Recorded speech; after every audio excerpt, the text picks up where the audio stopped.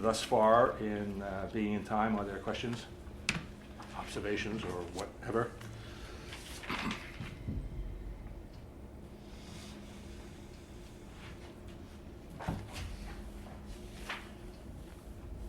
must say the first half of being on time was more helpful than the second part. Could you say why? I just had the feeling that he was writing about a lot of things that were, which he had in basic questions, and the way he explored and explicated those questions was very, very instructive and entertaining and helpful and all of those things. And the second part one gets more of a feeling as is the drive, the orientation isn't as clear anymore as it was at the beginning. And he repeats himself. He goes back to the beginning and then continues to explore, but not really in a fresh way anymore, in my feeling. Well, I think there's something to that. In today's assignment, which is the last section, or the last sections of the text, he goes off on a kind of what I consider at least to be a esoteric tangent on the question of historiography, which I think probably more in the context of his intellectual environment at the time, more significant than it would be to us today. And I also don't know quite where he ends up with that question. How, right. So where? Right. Okay, well, I understand what you're saying. I do think that, and I think probably what you're saying is fundamentally true.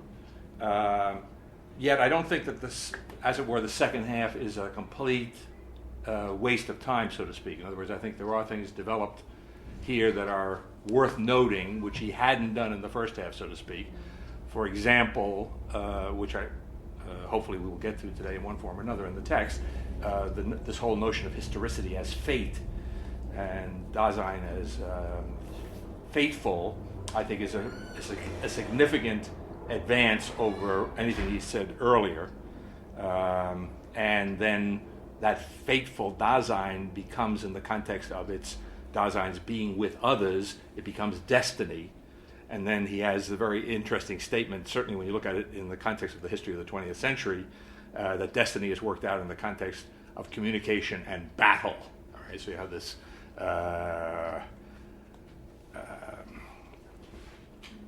very interesting kind of romantic ethos, I would say, that worked itself out in Germany in the early part of the 20th century in very fateful ways.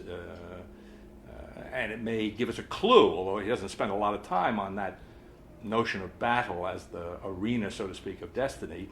Nevertheless, it may give us a clue to, certainly at the level of attunement, why he was in some sense attuned to Nazism, or was not at least immediately repelled by it, because it had precisely something of those qualities that he has an intellectual place for in his understanding of the primordial structure of Dasein.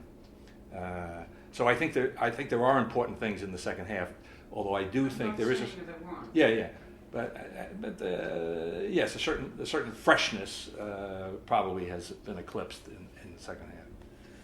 All right. Any other questions or comments? Yeah. So in terms of what you just said, the attunement, his attunement to Nazism, I wonder whether the attunement also comes from a desire to awake people from their sleep. Oh yeah, no doubt. Yeah, I could see that. In fact, I mean, and in his own critical way, he gives very much a lot of evidence in the latter part of this, near the end of our assignment today, of his relationship to Hegel.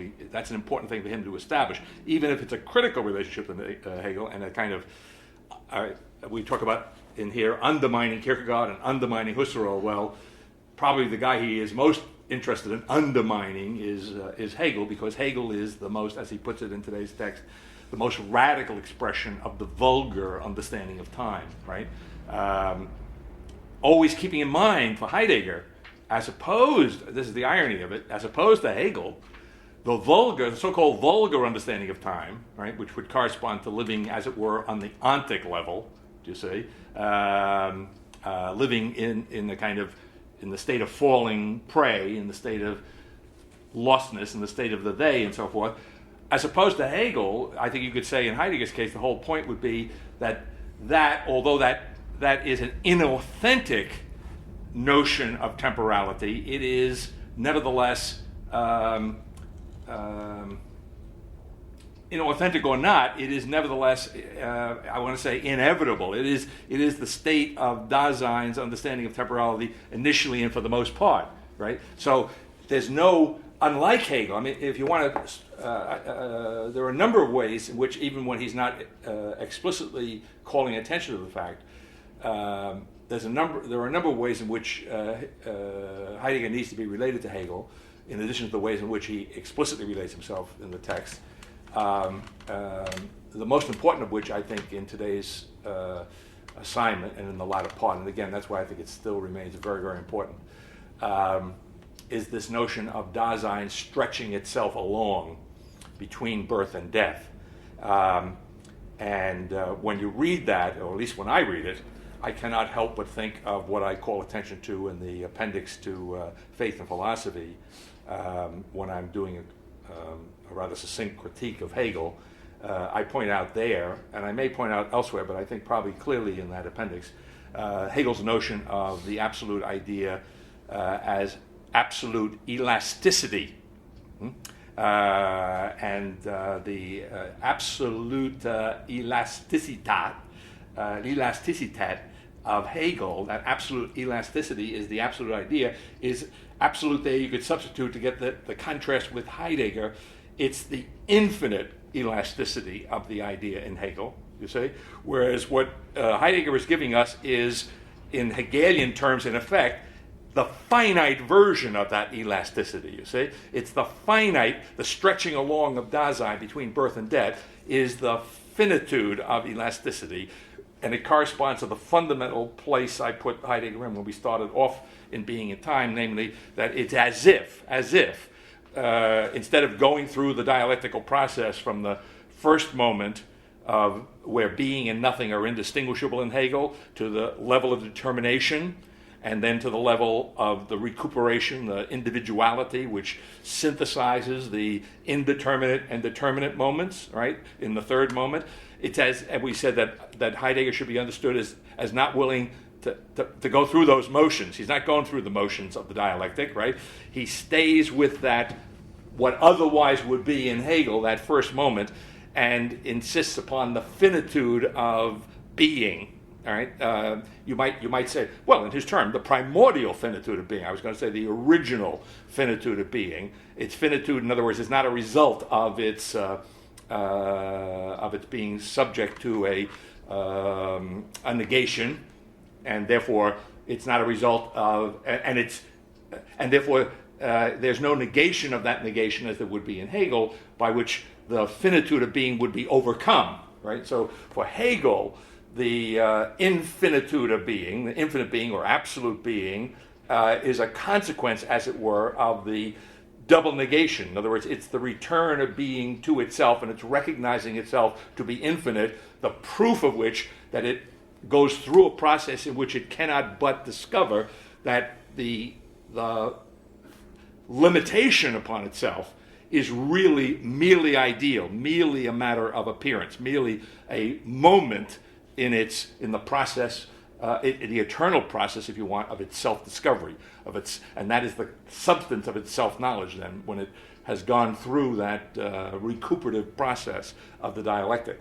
All right, so Heidegger just won't go through any of that stuff, right? And again, when we get to the critique of Hegel in today's assignment, what he wants to say is that the negation of negation, which is where Hegel's at, okay, has its rootedness, right, in the finitude of Dasein, in the what in effect is the finite spirit. Do you see?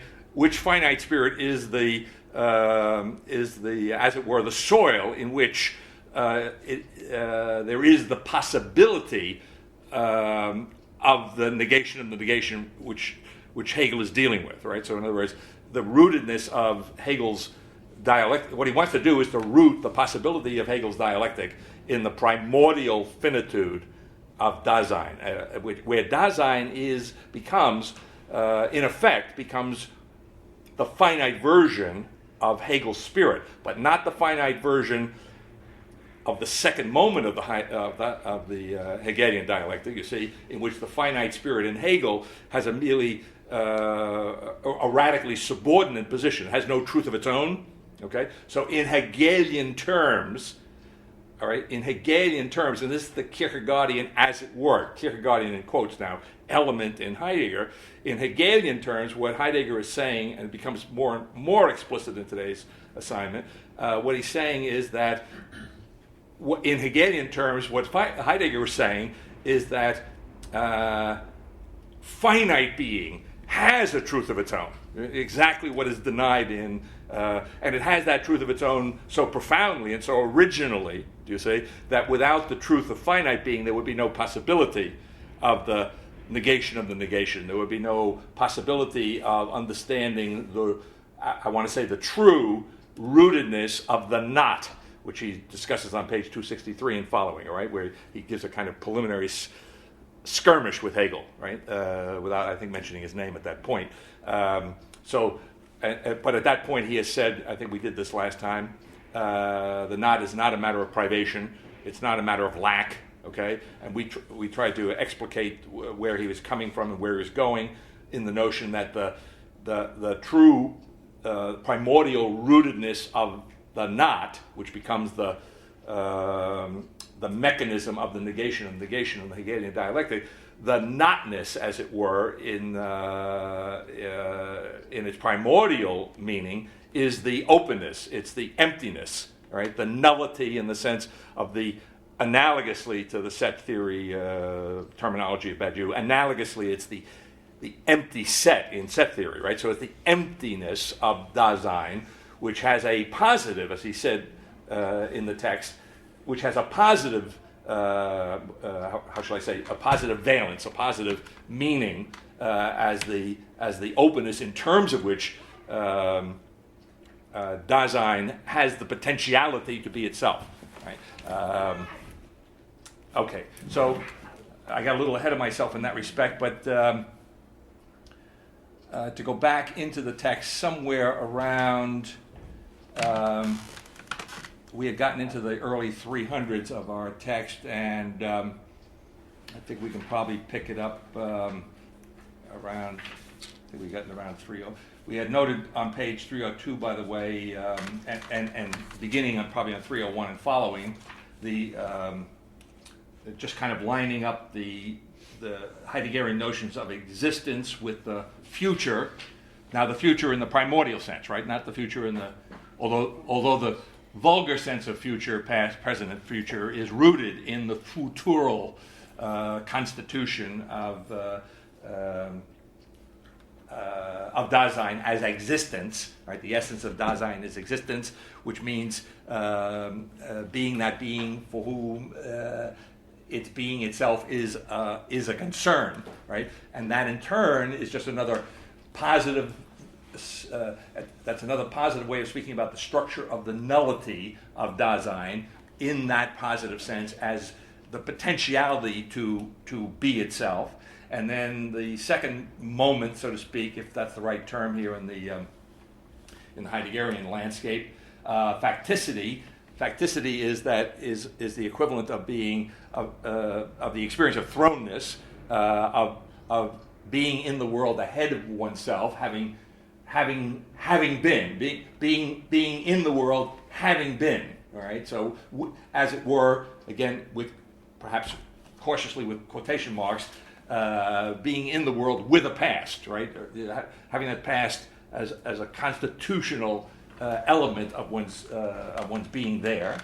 And then the third element, around 302 and following, the falling prey, he associates with the present, right? So in the present, and that issue comes up again in the saying now, in the making present in today's assignment. So the present is associated with the idea of falling prey, where all of these things, especially falling prey and facticity, are not things to be removed from Dasein, even when it's being authentic. When it's in authentic mode, when it is resolute, and when it is resolute in an anticipatory way, that is, when it is, as it were, focused on its ultimate extreme possibility, which is the possibility of its impossibility, that is, when it's being toward death resolutely, it has not escaped the world of the factical, actual world of possibilities, but in its being, as it were, focused on its being toward death, that ultimate possibility of its being, then it is, as it were, in a position I say position here, I want to associate position with the notion of existence. It is in a position to authentically choose the possibility presented by its factical, actual being. All right. So, in other words, it's not an abstract possibility, another worldly possibility, but it is the proper, the anticipatory resoluteness is the being in the moment in which one can authentically choose, commit to, and I guess you could say, I don't know if I use the word, decide upon what is the authentic, actual, factical possibility, right? It's a choice of freedom, isn't it? I'm sorry? It's a choice of freedom. Yes, that's right. I would say, although again I don't know if it uses the term, it's in effect, it is what freedom positively is, right?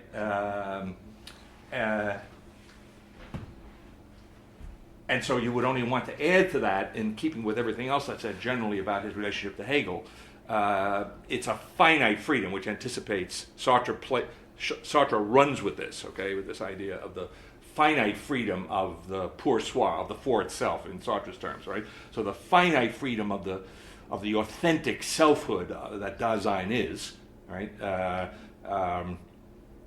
Okay, so all right. And that's the beginning of what you were speaking about a few moments ago, analogously to what would be understood as the movement of the dialectic in Hegel, how it functions in Heidegger. Well, when you say the beginning, what do you mean? What do you mean by that? Well, what you were talking about, how, I mean, maybe I didn't quite understand what you're saying, but the negation of the negation that is made possible, right. You know, in the originary being that Heidegger is underlining here, that is bringing out, is that, were you saying that the dialectic of Hegel has this finite function in Heidegger?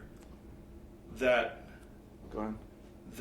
the beginning point would be this moment of anticipatory resoluteness. That, or did I mishear you? You mean the beginning point for Hegel? You mean? I mean, no, for Heidegger. See, this was surprising for me too. Oh, okay. Yes, if you want to say it's the beginning point for Heidegger, I have no problem with that. So I'm not sure why you're asking the question then. What does, I guess what I'm not clear on is, what do you mean by beginning point? Beginning point? So the beginning of the authentic being of Dasein, which is in this anticipatory resoluteness. Okay. I'm trying to understand what you were meaning before about how the dialectic that of Hegel's. Right. It's obviously not functioning in a Hegelian way in Heidegger, but you did say it has a function from this finite place. At least that's what I heard you say. And I was wondering, I mean, maybe I misheard you, but I was wondering if that was the beginning of this Hegelian dialectic in this anticipatory resoluteness.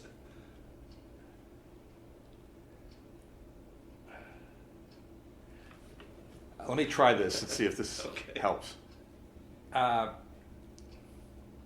If you go back to Hegel, we have I think fairly accurate image of what Hegel is about. When you think of this absolute self-enclosedness of the divine, the absolute idea, which is his equivalent of God, right? The Aristotelian unmoved mover, more deeply determined. So it has an eternal actuality within which it, as part of its self-realization, it generates or creates a world. And the image which Hegel himself uses in the Lectures on Philosophy, maybe not quite so visibly, but he speaks of this God as the Father, which who is the womb of creation, right? And I took pains at the time that I mentioned this to point out that in Hegel, the child never gets born, right? If the universe is in the womb of the Father, it never departs from the womb of the Father. There's no birth out. There's nothing that escapes the womb of the Father. There's an eternal. I want to say, it's a kind of stillbirth, but it's a very dynamic stillbirth, right? And you can see here on another level, Levinas also is indebted to Hegel in that regard, maybe through Heidegger. Okay, but if you have this idea that the infinite spirit of Hegel, right, the infinite spirit of Hegel holds, in some sense, within itself the whole of the temporal spatial world, then the finite version of that would be anticipatory resoluteness, in which Dasein, not in any absolute sense, right? You see, not in the sense which makes of it an eternal actuality, or in a sense which makes of it something infinite, but precisely qua finite, however, analogously holds in its anticipatory resoluteness. It holds, I want to say more than holds, I want to say, and I could say similarly for Hegel, it holds in the way of supporting, do you see, constituting in some sense, in authentic anticipatory resoluteness, it, through that free, as it were, decision, right, that resoluteness, which is a kind of decision, another term for decision, it's all a matter of terminology. It, as it were, and here I put double quotes, it, as it were, creates its true possibility. Okay. So that Dasein does that qua finite, and each of us, as to the extent to which we are brought back from our lostness in the they, our falling prey, which initially, for the most part, is our experience of the world in which we are, you see, to the extent to which we are brought back from that by angst, you see, and to the extent to which we are ready for angst, right? In other words, we take advantage of angst, so to speak, right? To the extent to which we are resolute, we are all of us, as it were, I want to say, little Hegelian gods, as it were. I'm big as it were, because little Hegelian gods is not possible in Hegel, right? I mean, in other words, so we're analogously finite, and again, there's a Kantian element here, which is also there in Hegel, right? I mean, it's coming through Hegel to Heidegger, not simply through, because he had his own very independent interest in Kant, Heidegger does, but that notion in Kant that subjectivity, human subjectivity, is the author of its own experience, which is the fundamental move that Kant makes in order to overcome Hume's skepticism, right? He says that if Hume had only, Hume's skepticism is the result of his overlooking, is only the result of his overlooking a possibility which he never considered, namely that we are the authors of our own experience, right? If we are the authors of our own experience, now of course if we're Kant, we have to lop off the noumenal, right? In other words, we have to say that our experience is not necessarily the experience of the ultimate substance of things, the ultimate reality of things, you see, but all we need in order to carry on our practical scientific endeavors in Kant is to be the authors of the experience of the world of time and space. All right, and to the extent to which we are the authors of that world, we are setting up in Kant. We're setting up the notion of absolutizing that idea of subjectivity. You see, in a way that Kant could never do that, right? And what I'm saying is that Heidegger has followed, in effect, comes in that train of thought, and now gives us a kind of return after Kierkegaard, after Husserl, gives us a reworking by going down to the primordial rootedness of this history in something that has, up until now, up until Heidegger, has been overlooked, has been too quickly passed over, you see. So it's not so much, again, it's not so much that he is denying the existential experience of Kierkegaard, or the what's the word I'm looking at, phenomenological experience, as it were, of Husserl, you see, or the what truth there is in Kant or what truth there is in Hegel, but it's undermining all of that, right? Getting down to this primordial thing. So I think, I don't know what this is the answer to your question. I don't know. I guess what I'm put off a little bit by the notion of beginning. I think that beginning is a word that doesn't much appear here. I think I was referring to what you had said at the beginning. Okay. That was where the beginning came in. Okay. So that answers it for the most part, and I think maybe we'll discover more as Okay. the text goes Yeah. on. Okay. For the most part. All right. Okay. So coming back here to 302 and 303,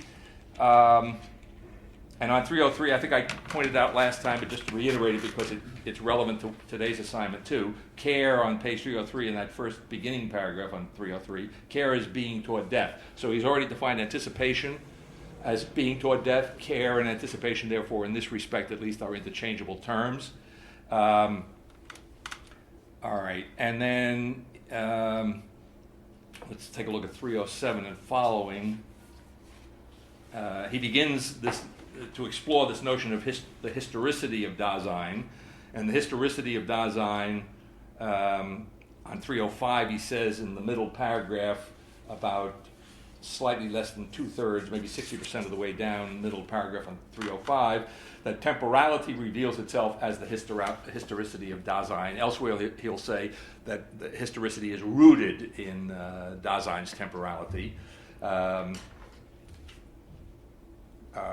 Okay, so interestingly enough, I would say that in this comment that I make, I think I made it originally in Novitas Mundi, that the unexamined assumption of modern self-consciousness is to confuse time and history.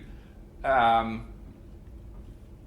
you could go through the text of Kierkegaard to see how even Kierkegaard does that. But ironically, you might say, Heidegger, in attempting to undermine the philosophical tradition up to his point in time, in his undermining of it, his going to the primordial rootedness of the tradition, makes explicit, I would say, for the first time, you see, this rootedness of historicity in, I would say, in the modern sense, all right, in temporality. It's not only something that he's willing to admit, but it's something he wants to fathom, right? To explore positively. All right. So on 307 and following, he gets further into this question of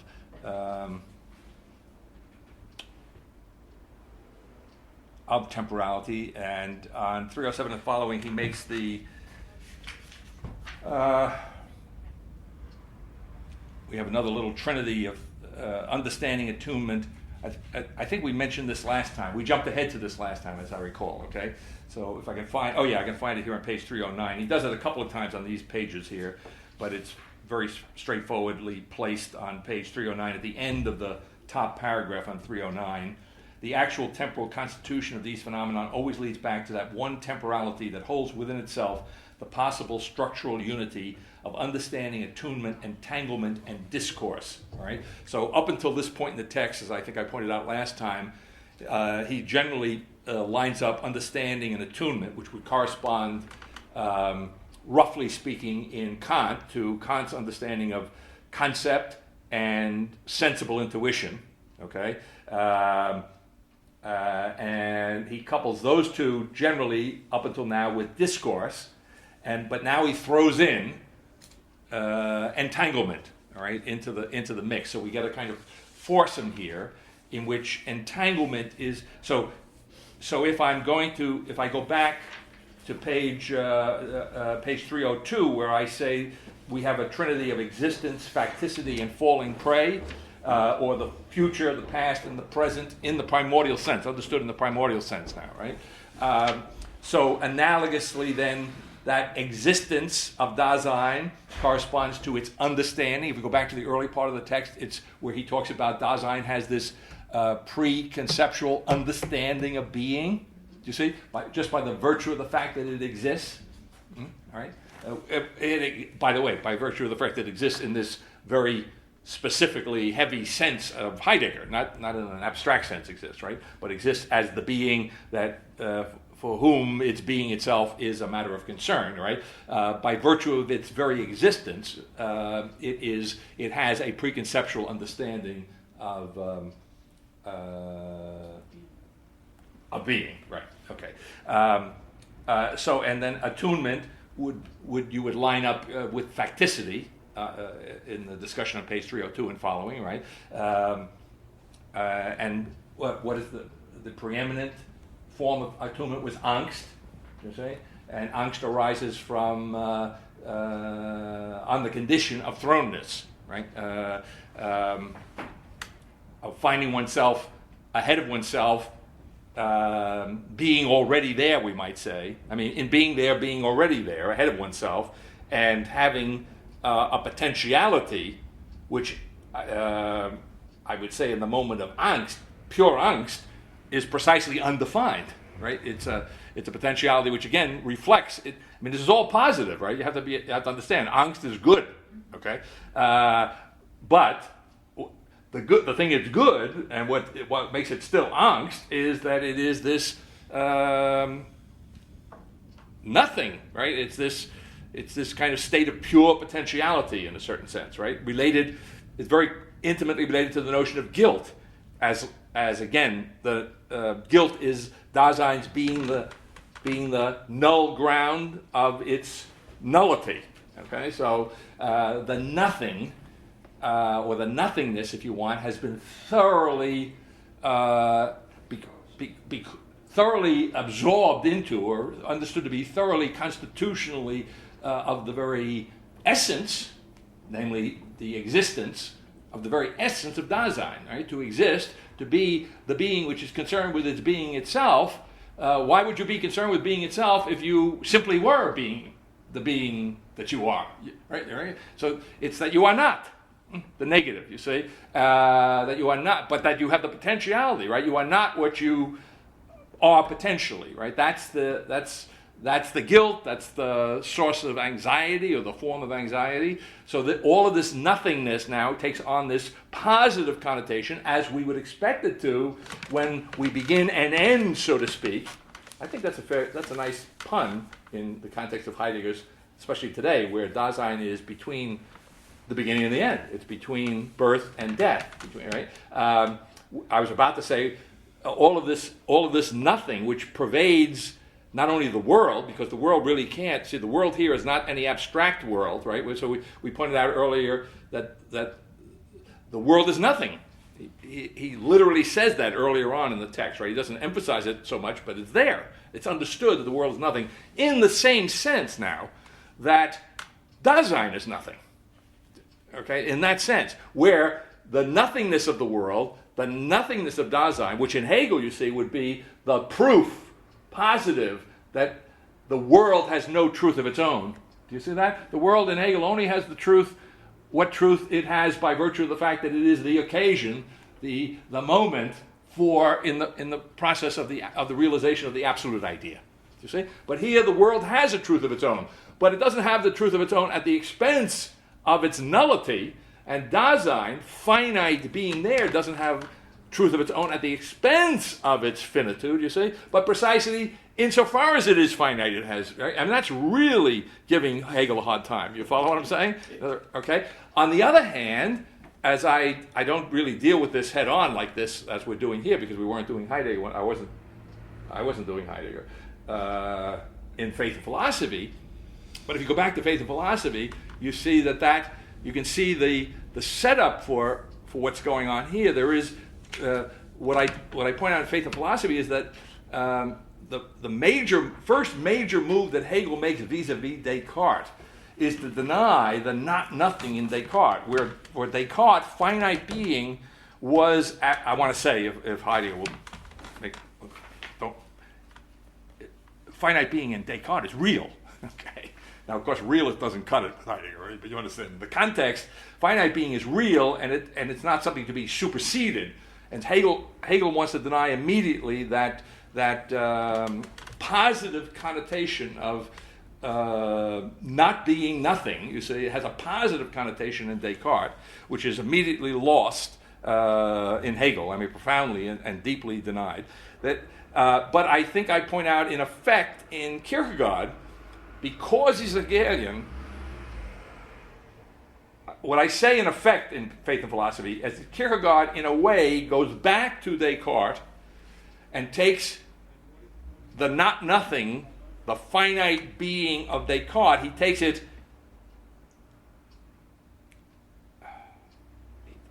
he in effect affirms it, okay? But affirms it after Hegel, all right? So now he finds himself, Kierkegaard does, in affirming the, as it were, the reality of the finite being of the ego, of the self, in Kierkegaardian terms of subjectivity. In affirming it, he finds himself, after Hegel, in a position that Descartes happily could not find himself in, Kierkegaard, as being absurd. Okay? Now, Heidegger, to the extent to which he undermines Kierkegaard and in a certain sense, therefore, more deeply founds what truth there is from Heidegger's point of view in Kierkegaard, what existential, A-L truth there is in the existential, E-double-L experience of Kierkegaard. The real truth of that is that there is a positive meaning to the nullity of finite Dasein, you see. It has a truth of its own qua finite, you see. And in that sense, Heidegger is, in his own way now, right, in a line with Kierkegaard and Descartes in terms of the positive reception of finitude. Okay.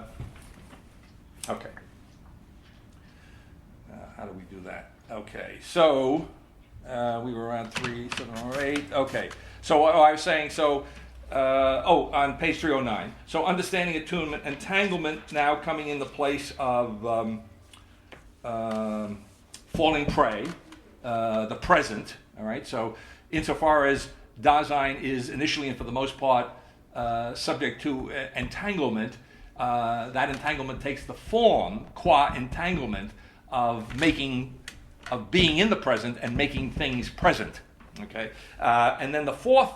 So now having put in a fourth in in line here, discourse now becomes a kind of fourth. And as I was anticipating, I think I was saying last time, I don't know whether we got to it in the text. But maybe we can do something like that here, if I can find the right spot. Let me articulate it. See if I can find the textual support for it. But what I want to point out, which I think I pointed out last time in an anticipatory way, is that now I have a foursome where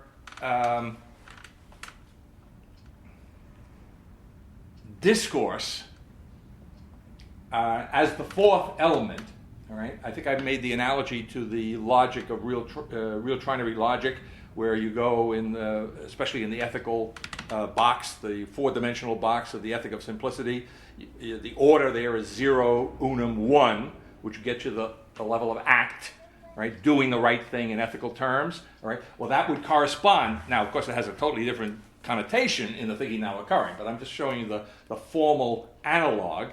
That third dimension in the ethic of simplicity, where you do the right thing after first going through the stage of readiness, and then discretion, and then the acting, the doing the right thing, okay? Where you don't, by the way, have to go through the moment of anxiety, all right? So that's the whole of the ball game, so I don't want to confuse you, right? But just formally, doing the right thing would correspond to what, in this very self-referential framework, you see, that Heidegger is working out at the extremity of modern self-consciousness, all right, that would be the level analogously actually doing something would be the level of entanglement, you see, in Heidegger. That's the analogy I'm trying to call attention to. And to the extent to which that is the case, then discourse is analogous now, and I want to emphasize and underline a couple of times, analogous, and I probably would say not substantively analogous, right? Because I like to say when things are substantively analogous, I like to say so. So I want to say not substantively analogous, but formally analogous to Heidegger.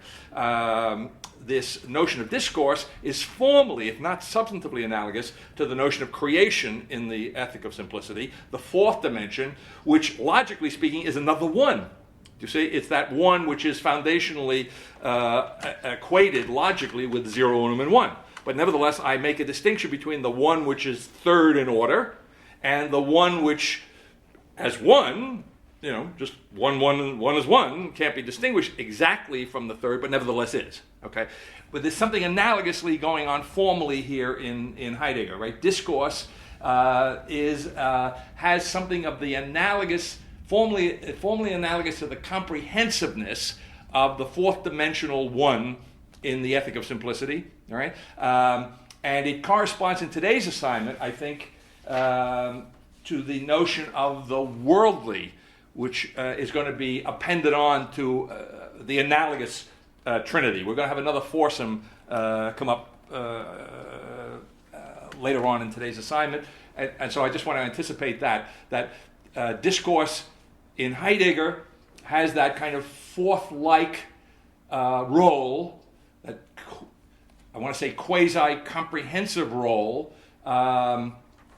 that is a variant in Heideggerian terms on the presentness of entanglement, and at the same time, in another way of viewing it, it is that level of discourse, that level of presentness is also the worldliness of Dasein. Right?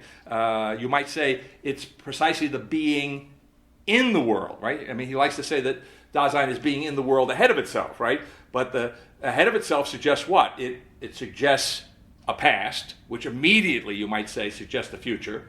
But if you just focus on the being in the world, being there, right? That's very much a present idea. You follow what I'm saying? That's very much a now idea. You see? Okay. One quick question. Yes. Discourse is only possible from the authentic, in the authentic mode. Is that correct? Well, you have to be careful there. I would say no, because there is an inauthentic discourse which is called Chatter. And chatter. it's just as creative as, in Heidegger's world. It's just When you say creative, well, okay. I was following along Okay. when you were saying that analogously. It's just what's the word? I mean, he does make a distinction, I think, I think right? he made the distinction between, early on, he made the distinction between genuine and authentic. So I think in Heidegger's language you could say that inauthentic discourse can be genuine. Mm-hmm. Okay. I think you can say that. All right, there is a. All right, now of course there's a question: what would be an ungenuine, an ingenuine, inauthentic? I mean, the discourse could also be both unauthentic or inauthentic and not genuine. Well, maybe consciously lying or something like that? Yeah, I suppose. Yeah, possibly. Or Yeah. ignorant. Or ignorant. Let's see. Well, You could I don't know. I don't know. Ignorance would be on the other side, though, I think. Wouldn't it? I don't know. That would be in genuine inauthenticity. Well, I think ignorance would be whatever ignorance it would be on the level of knowledge, and I think it's fair to say that if I associate philosophically, which the tradition does, knowledge and science, all right, insofar as Heidegger is dealing at a level, at a primordial level, in which whatever truth there is to science is to be grounded. So then, whatever truth there is to, I mean, this is a strange way of putting it, whatever truth there is to falsity, right, to ignorance, to error, would also have to be grounded again in the constitutional potentiality, the constitutional nullity of the being of Dasein. How that would work out in terms of genuine, ungenuine, off the top of my head, I don't have an easy, quick answer to that. I think one of the reasons probably is because I don't think he quite deals with that, right? So, but I guess we could spend some time on it, but I'm not inclined to do it. All right.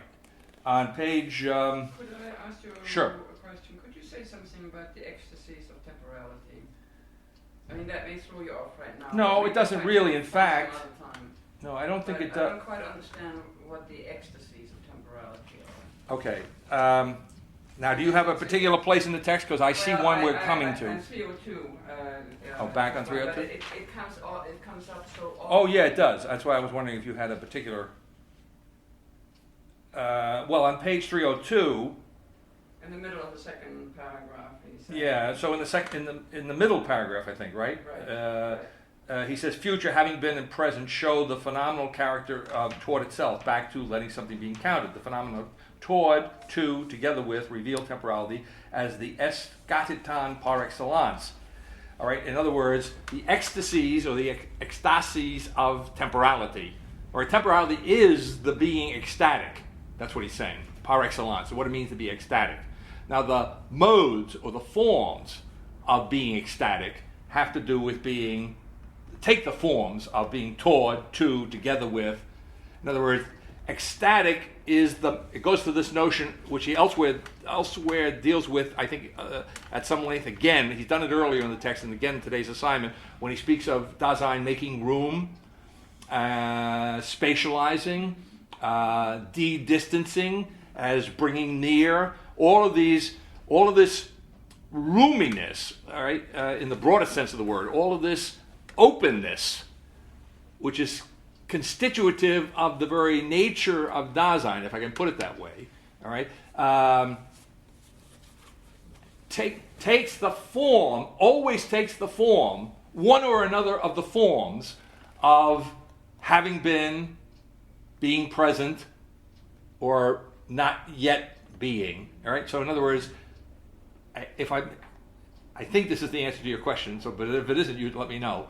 The specific temporal ecstasies of the ecstatic temporality are, in this primordial sense now, pastness, presentness, and the futural potentiality of Dasein. That's right. And so the ecstatic is the kind of distancing and de-distancing, or another issue that comes up for him today is directedness, right? It's all right, you can't have a direction unless there's some kind of space, there's some kind of opening, there's some kind of between he focuses on today, right? So that gap, right? So the gap, which is, you think of a gap again as what? As an emptiness, as something missing, right? But what's missing here is positive. Right, so it's not missing, really. You know what I mean? It's not a lack, he says. Right? It's not something if you could find something to put in there that would solve the problem. No, it would destroy Dasein. Right? So to be ecstatic is to be, in a certain sense, at a distance from itself. Dasein is ecstatic in its very constitution. That's the rootedness of temporality. The specific ecstatic forms of which are having been, being present, and not yet being, but all of which again are the forms of the nullity in this positive sense that Dasein is in its being. Right? Does that help at all? All right. Now that comes up again, happily, on page 315 and following, where he's reviewing angst, and he says in the middle of the top paragraph on 315, the nothingness of the world in the face of which angst is anxious does not mean that an absence of inner-worldly things objectively present is experienced in angst. They must be encountered in just such a way that they are of no relevance at all. Right? But they are. The point being that they are encountered. Right? In other words, angst does not arise. It's not what is it like? What was the Twilight Zone? Right? Did you see that famous episode of the Twilight Zone? Somewhere it's always been rerun 150 times, where the guy finds himself in a town. There's nobody there. Okay. Well, even worse than that. Imagine being in a world in which there weren't even any empty buildings. Right? Okay. So he's saying, no, that's not it. Right? It's not that. Angst means experiencing nothing whatsoever, right? You see, a world totally empty, but it's encountering inner worldly things in just such a way that there are no relevance at all, right? they're not relevant, which means that I can't ultimately, remember, relevance is related to the fact that Dasein is that for the sake of which things in the world are. Do you see? So it's not being able to relate the world to one's own being, right? Because they become meaningless. Yeah, you could say meaningless. Yeah, absolutely. But can show themselves in a barren mercilessness. However, this means that our heedful awaiting finds nothing in terms of which it could understand itself. So if the point being, you see, and this is very interesting in terms of we're speaking indirectly here of Merleau-Ponty through the notion of the course in the body, and what Heidegger is saying here, Merleau-Ponty draws this particular lesson and applies it in his own very original way. But what Heidegger is saying here is what? They show themselves in a barren mercilessness. However, this means that so go back to your notion that angst arises not when things disappear, but when things lose their meaning. But when things lose their meaning, this is the connection I wanted to make. Okay. This means that our heedful awaiting finds nothing in terms of which it could understand itself. Right. So in other words, if I experience the mercilessness of the things in the world as meaningless in the form of their being without meaning, I can't say, well, tough luck on them, say, because if they don't have meaning, I can't understand myself, right? Because my understanding of myself is never, right? This is because of this is taking positively the truth of the finite being of Dasein, you see. If things have no meaning, then I cannot understand myself. I can never separate the things of the world from the authentic self that I am. Even the inauthentic self that I am, for that matter, right? But from the self that I am, from myself. The Dasein becomes worldless. Yeah, but that's impossible. Yeah. That's right. If it could do that, it would become worldless.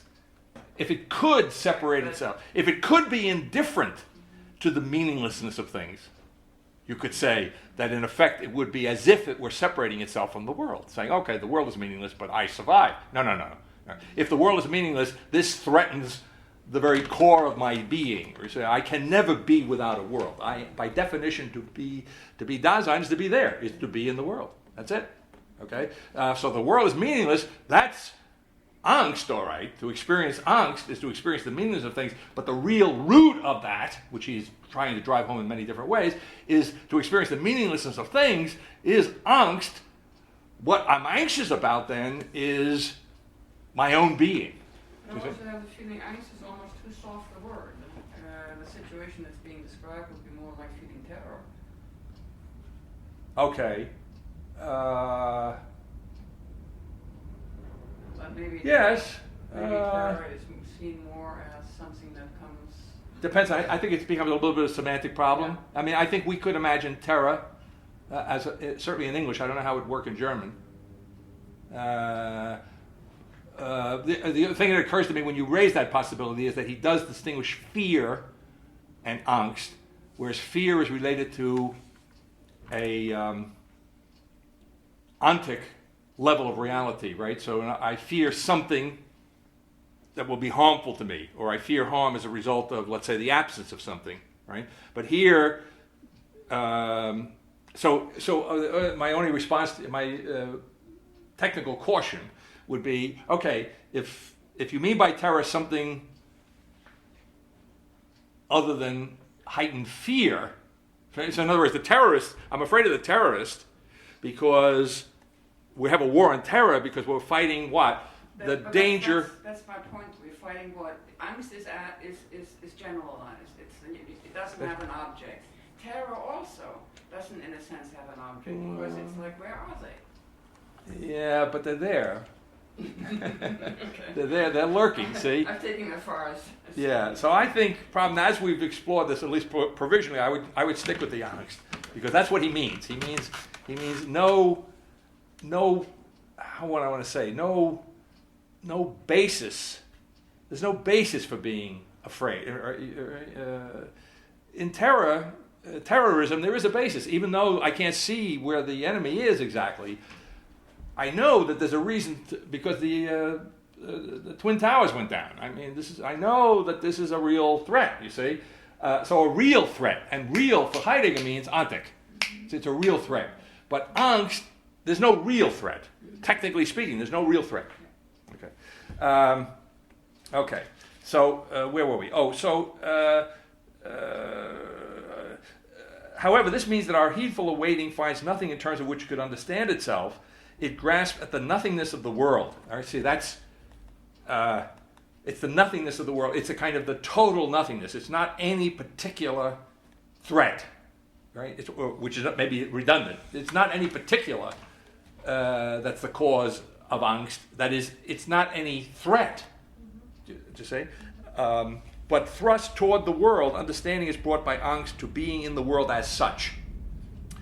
Earlier, he's talking about the uncanniness of Dasein, not being at home. All right, so it's being in the world is both what angst is anxious in the face of and what it is anxious about.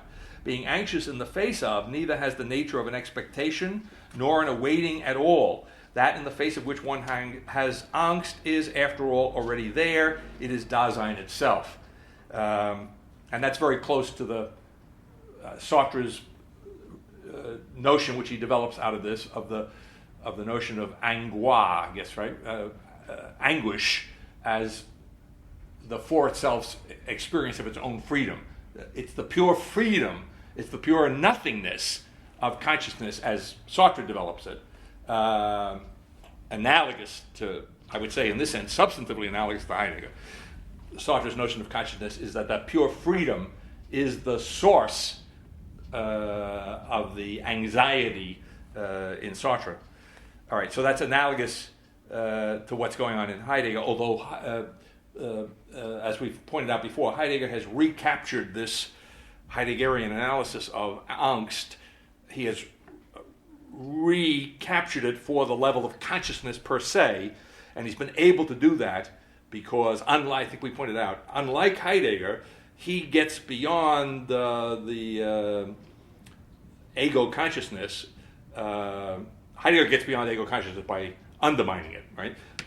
Sartre gets beyond it by opting for a pure consciousness, a pure nothingness, by transferring the ego of ego consciousness, of pure subjectivity, over to the side of the world, right? So that enables him to, in effect, apply to pure consciousness, pure egoless consciousness, Sartre, to that pure transparency, to apply in some substantively analogous way the description of angst and its relationship to the world in Heidegger, to apply it in his own realm, Sartre's own realm. Now it shifts because just to finish the analogy and do justice to both, Heidegger has just finished associating the nothingness with the world, right? So an angst is in face of the nothingness of the world, which is in effect in face of its own nothingness on the part of Dasein, right? Because in some sense there is no world that isn't Dasein, it isn't being there, right? Okay. Whereas whereas Sartre has a pure consciousness, a pure subjectivity, on the other side of which is both the world and the ego. Okay? So the world and the ego in Sartre are massive being, you see, and the subjectivity, which is the pure freedom, and again I would say finite freedom in Sartre, becomes a pure nothingness, not the nothingness of the world, but the poor soir's own, I want to say total nothingness, if that's appropriate, something like that, compared to. So in that sense, there's a point of contact between the two of them, but Heidegger, in not taking the Husserlian ego out of consciousness and putting it on the side, not being Sartre, okay, opting for a removal from the level of ego consciousness, right, going down beneath both Kierkegaard and Husserl, to use them as markers of respectively the ego and consciousness, okay, going down beneath them into this primordial constitution of Dasein, really avoids what Sartre's move, that is, he avoids defining the finite subjectivity as a pure nothingness, right? The finite subjectivity of Heidegger is in effect defined as the experience, put it this way, an experience of its own nothingness, so far Sartre, experience of its own freedom, so far Sartre, but the experience of its own nothingness is its own freedom qua world. All right? And there again, we have the finite being, right, of Heidegger, which leads me to think, now I have to think this through, but on the top of my head, I'll make a note to myself, leads me to think that in Sartre, we don't have anything like the finitude of being we have in Heidegger, that there is being and there is non-being in Sartre, but that being has much more in common, only in a purely negative sense, with the infinite being of Hegel, do you see? And now the infinite being is all on the outside, it's all the donut, the surface of which inside and out and over and under is coated, but impenetrably coated by the pure nothingness of Sartre's subjectivity. Okay?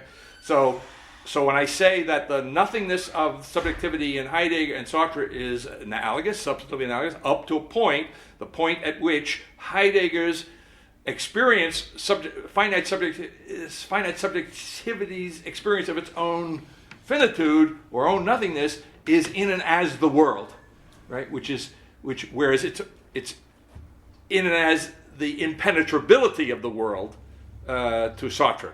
It's that kind of difference. Okay, so all right. And therefore, in a sense, so now I've just said, I'm going to go back over this because I think it sheds some retrospective light on Heidegger, so that if in Sartre it's correct to say that his massive being, impenetrable to subjectivity, is not the finite being of Heidegger, then I want to say that the nothingness of the Sartrean subjectivity, that pure freedom, has a kind of infinitude about it, analogous to the infinitude, or it's like he has split the infinite subjectivity of Hegel from an infinitely impenetrable world, do you see? An infinite being. He is driven a wedge between the two of them. Then he brings them absolutely close, Sartre does, and he says the only thing you can say at this point, what he calls a kind of absolute proximity, is to deny the identity of the infinite. What I'm saying now, upon reflection, is the infinite subjectivity of Sartre, but infinitely, therefore, futile. You see, in other words, it's infinite. There's no end to its inability to be identically the infinite being of the world. So we have these kind of two absolutely proximate infinities that cannot be identified, of which we can only, in Sartre, deny their identity. Do you see? Okay. So that helps clarify the way in which Heidegger... So therefore... So now, you see... the resoluteness, the anticipatory resoluteness in Heidegger takes on a kind of positivity, which we've already noted, but that positivity is at least relatively intensified by comparing it with the ultimate futility of whatever could pass in Sartre for something analogous to resoluteness. Do you see what I'm saying? In other words, in Sartre, because he has gone back, as it were, to the level of consciousness, in effect, he's kind of an ontic, at least an ontic ontological orientation of, in a way, different from Heidegger. in Sartre, what you get is the sense of whatever would be like resoluteness in Heidegger, in Sartre becomes making the best of it. There's a kind of desperate courage in Sartre, do you see, in terms of which, facing full on the ultimate meaninglessness of my existence, I nevertheless, if I'm Sartre, and I'm in the right heroic mindset, I nevertheless persevere. I nevertheless carry on and make what meaning I can in my life. Do you see? It's kind of Nietzschean.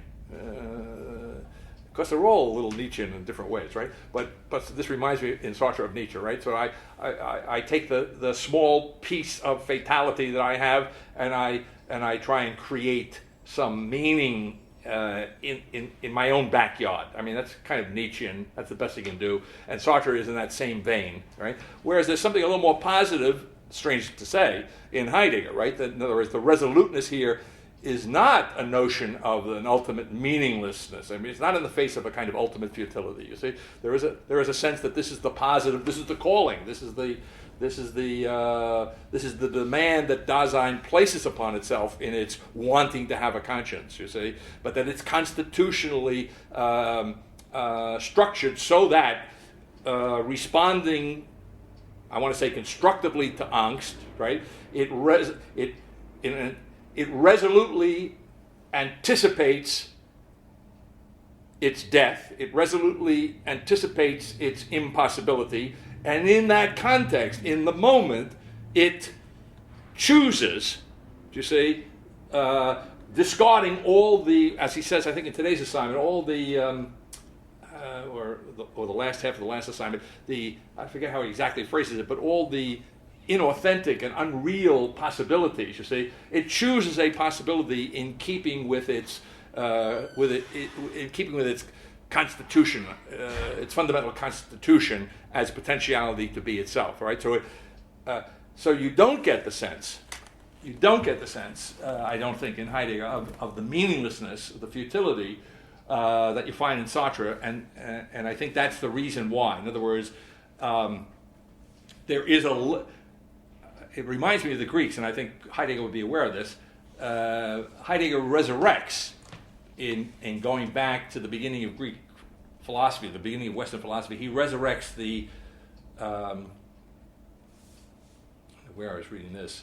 I mean, I know this to be a case, but I was also reading something that was pointing it out. I was browsing again in Kierkegaard's journals. Kierkegaard says the Pythagoreans had a positive idea of the finite. That's an understatement, all right? In other words, all the Greeks had a positive idea of the finite. That is to say, the unmoved mover was not infinite being. The unmoved mover was the greatest of all particular beings. You say he was one among many unmoved movers. The prime mover I'm referring to. We speak of him as the unmoved mover because we've tended to oversimplify Aristotle, I think under the influence of Christian theology. Right? So really the unmoved mover is one of many unmoved movers. When we use that term normally, we're talking about the prime unmoved mover, right? But that prime unmoved mover his perfection is precisely that he is some very finite being. Okay. So what I want to say is that Heidegger, in his own way, you see, has recaptured something which may have been implicit in Descartes, and interesting enough, it's also provocative. Could have been implicit in the absurdity of Kierkegaard's position from a purely philosophical point of view, captured something of this positive significance of finitude, right? That finitude in and of itself is in traditional terms, is a perfection. Right? So there is a kind of perfect... okay. So in Heidegger, the Heideggerian term for what I have just somewhat clumsily called perfection is wholeness. Do you see? Completeness. The wholeness of Dasein. And so when Heidegger talks about the wholeness of Dasein, he's quite sincere. That's what I want to say. Right? And that wholeness comes about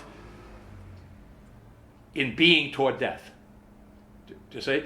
And what is that? I will speak a little colloquially. It's in facing up to your finitude. Right? Okay. So in facing up to your finitude, you achieve as much as Dasein can be, and because remember, for initially and for the most part, it's lost. Okay. But in the moment, right? Now that moment is, by the way, a moment that can recur in a way that can't recur in Kierkegaard, right? It's a moment that is not tied to a entrance of the eternal into time, which is the definition of Kierkegaard's definition of the moment, but now we're down beneath, undermining that distinction of eternal and time, right? We're undermining the notion of the instant, which I think you could say fairly from a Heideggerian point of view, Kierkegaard confuses with, or at least to some extent confuses with the moment.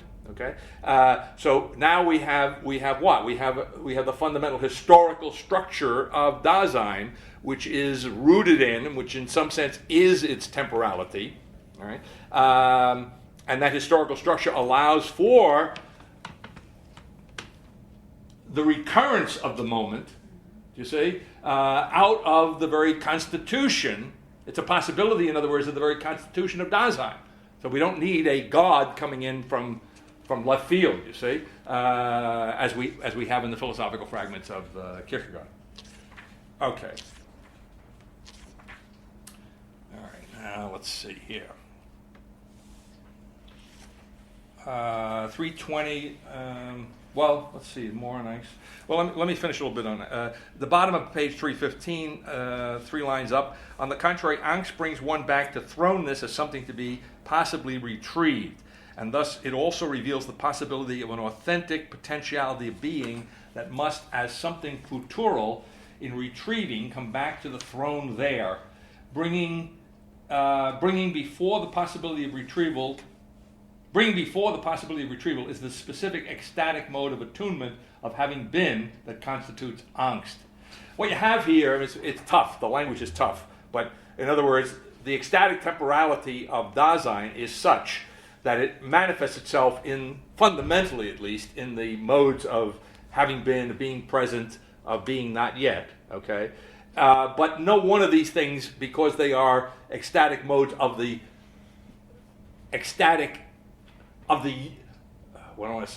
the unity of the ecstatic temporality that Dasein is, they can never be separated from one another, right? You cannot be, in a Heideggerian sense, you cannot be now without having been.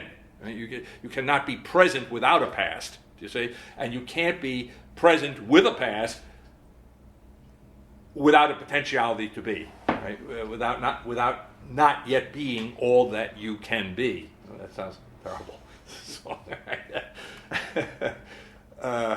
But it's interesting, right? I think something that's sort of associated with the notion of personal best, I think. So, right? Battle, too. So, Yeah. Okay. But also the Nietzschean notion of the becoming of who you are. Yeah. Okay. Yeah. Right. Okay. All right. Now he's going to say more about retrieval later on, so let's hold that for now. By the way, on the point I was making earlier, which I think had already been made in the text, but on 316 in the third full paragraph down, in the third line, fear is occasioned by beings taken care of in the surrounding world. In contrast, angst arises from Dasein itself. Right, so we really already covered that, but I just pointed out to you in the text. All right, on page 320, they're about the temporality of discourse. He says the complete, in that paragraph D, the complete disclosedness of the there constituted by understanding attunement and falling prey is articulated by discourse. And that sentence I give some weight to my notion that discourse is like the fourthness, even if not substantively analogous to the real trying to be logic fourthness. It's in the fourth place, right? Because it is the there, which is constituted by the first three, you see, is articulated by discourse. So it has a kind of comprehensive function. Thus, discourse does not temporalize itself primarily in a definite ecstasy. Do you see that? So it's, in that sense, analogous to the foundational role of the. Now, this is interesting because, in other words, the reason it's not substantively analogous to the fourth dimension in the ethic of simplicity, that's another way of saying it's not substantively analogous to what? To creation. You see, in other words, because we're dealing with the finite Dasein, the finite a finite subjectivity. deeper than the finite subjectivity of Descartes, right? In other words, we're of Descartes, yes, but I meant really more proximately of Kierkegaard. You see, this existential as opposed to the existential finite subjectivity of Kierkegaard. This existential AL finite subjectivity, which is being primordially articulated here in Heidegger's text, that finite subjectivity is, if it were substantively analogous to what's going on in the thinking now occurring, it would be the particular person that you is and I is, each of which is creating the world. But since it's not substantively analogous, do you see, in the mode of discourse, all right, it is, how does he phrase it? It's articulating temporality, but it's articulating it in a way in which the fourthness in the logic, the moment of of world creation, okay, which is distributed among an infinite number of absolute particulars in the thinking now occurring. Here, in this non-substantive analog, discourse articulates the ecstatic temporality which Dasein is, and like the foundational fourthness, it is not, how does he say? Well, he says it does not temporalize itself primarily in a definite ecstasy. In other words, it's not one of the three ecstatic moments, you see, no more than the fourthness, the second one in 0, 1, 0 and 1, 1 is, right, one of the first three. It isn't, okay? It has the same kind of analogous, but insubstantially analogous relationship discourse does to the ecstatic temporality of Dasein. And the fact that it is not creative, you see, means that it is at one and at the same time not creative of itself, because going back to a question I think you asked last time, to which the answer is because there's no way ever of overcoming the thrownness of Dasein, right? In other words, so the thrownness means in this sense, so. The finite, which I want to emphasize, has a positive meaning in Heidegger over against Hegel, right?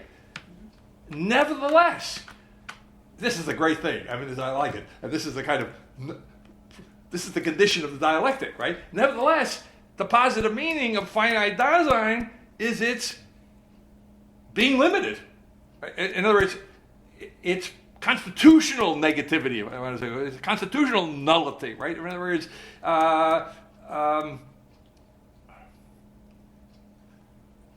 so yes, right, and it goes back to something I was saying earlier. In other words, so he really does Hegel one better, right? In other words, he really, that's what I say very casually. I mean, it's not really that casual, but compared to what we're doing here, I think it's casual. In Novitas Mundi, I line them up, Kierkegaard, Husserl, and Heidegger. And I define them in those last three chapters, 10, 11, and 12, of Novitas Mundi. I define them as a group, as in opposition to Hegel, in the only way you can be in opposition to Hegel, right? But what I say there, I think I say it, but now I want to emphasize is that these guys are seriously in opposition to Hegel. That is to say, I mean, they're taking Hegel quite seriously, and when they say no to Hegel, there's no misunderstanding here, right? So Heidegger's form of saying no to Hegel is, yeah, I know what finite being is. I know that's a negative. I know, right? I know that, right? I know that's a negative. And I want to tell you that finite being has a truth of its own, not simply in the sense in which Descartes thought so, and not in the absurd way in which Kierkegaard thinks so, but I want to tell you that the finite being, in its negativity, has a truth of its own. That's good, that negativity is good. You see what I'm saying? That nothingness is its great strength. That's what I want to fall back on that. That's where Heidegger's at, right? So in that sense, he does full justice, as which I think each of the other two do in their own way, to Hegel. They do full justice to Hegel, and yet oppose him in a most profound sense, for want of a better term. All right. I have a question. Yes. You just said that Dasein is constitutionally limited in a positive way because of Dasein's thrownness. Is that correct? Yeah, a positive way because of its limitation. Yeah, but it is limited because of its thrownness, or... Yeah, well, what led me into that is I was contrasting with the thinking now occurring, in which I'm saying that the formally analogous person is creating the world without any thrownness, in other words, without any... You go to Peirce, when you cross the Atlantic, in every sense of the word, literally and mentally, Peirce and American pragmatism gums it up. I've elsewhere described Peirce and American thought as fuzzy Hegelianism, right? But the fuzziness comes in technically, as pointed out in Chapter 7 of Faith and Philosophy, when, in effect, Peirce reverses the order of the first two rows, right? So in pragmatism, freedom is the first syllogism, as it were, if it were Hegel, and necessity is the second. So in other words, in Hegel, freedom operates within the confines of necessity. That's the eternal actuality of the otherwise absolutely dynamic, freely creating Godhead. Do you see? And in that sense, Hegel knows exactly what he's talking about when he says that his understanding of reality, which of course he understands to be the understanding of reality, and maybe it was in the early 19th century, is Aristotle more deeply determined. Because one of the things we said somewhere in here, I guess when we started with Novitas Mundi, the chapter 1 of Novitas Mundi, the simple way to diagram it, draw it on the chalkboard, is essence is the circle for Aristotle, inside of which is existence. In other words, existence in Aristotle is confined within the eternal essences. Right? Existence only breaks out of that circle of essence when you get to the notion of creation ex nihilo. And in Thomas' essay, which is the analog now of existence, is prior to essence, essentia, in Thomas. But essentia is prior to existence, or esse in Thomistic terms, in Aristotle, and again in Hegel. Do you see?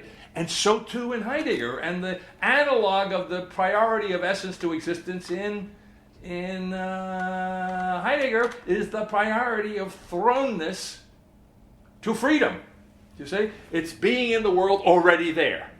All right? It's having that, as it were, constraint. That's the finitude. The finitude of its freedom is its subordination of freedom to, in Hegelian terms, to necessity, in Heideggerian terms, to the thrownness that is intrinsic to being there. Is that okay? I didn't finish my question. Oh, I'm sorry. The question had to do... So I like my questions. They lead to other things. No, the question had to do with, there is no creation in Heidegger. Yes. And yet I am wondering whether in turning towards authentic Dasein, doesn't Dasein in a sense create itself? Okay. I mean, it may be a very limited sense of creation. Yeah. Okay. I have no problem with that. Okay. Except that I right away want to run in and say, well, what do we mean by creation? Okay. And if you mean by creation, self-creation, yes. Oh, absolutely. That's what I meant. Not creating the world. Yeah. But then on the other hand, Dasein exists in the world, and however Dasein happens to create itself will affect the world. That's right. That's true. But it's creation of the, if we're going to use this term, it's creation of the world. If it's going to be done authentically, it's got to be done, I don't want to say it's a consequence of, or it has to be done as self-creation. Yeah. Okay. Yeah.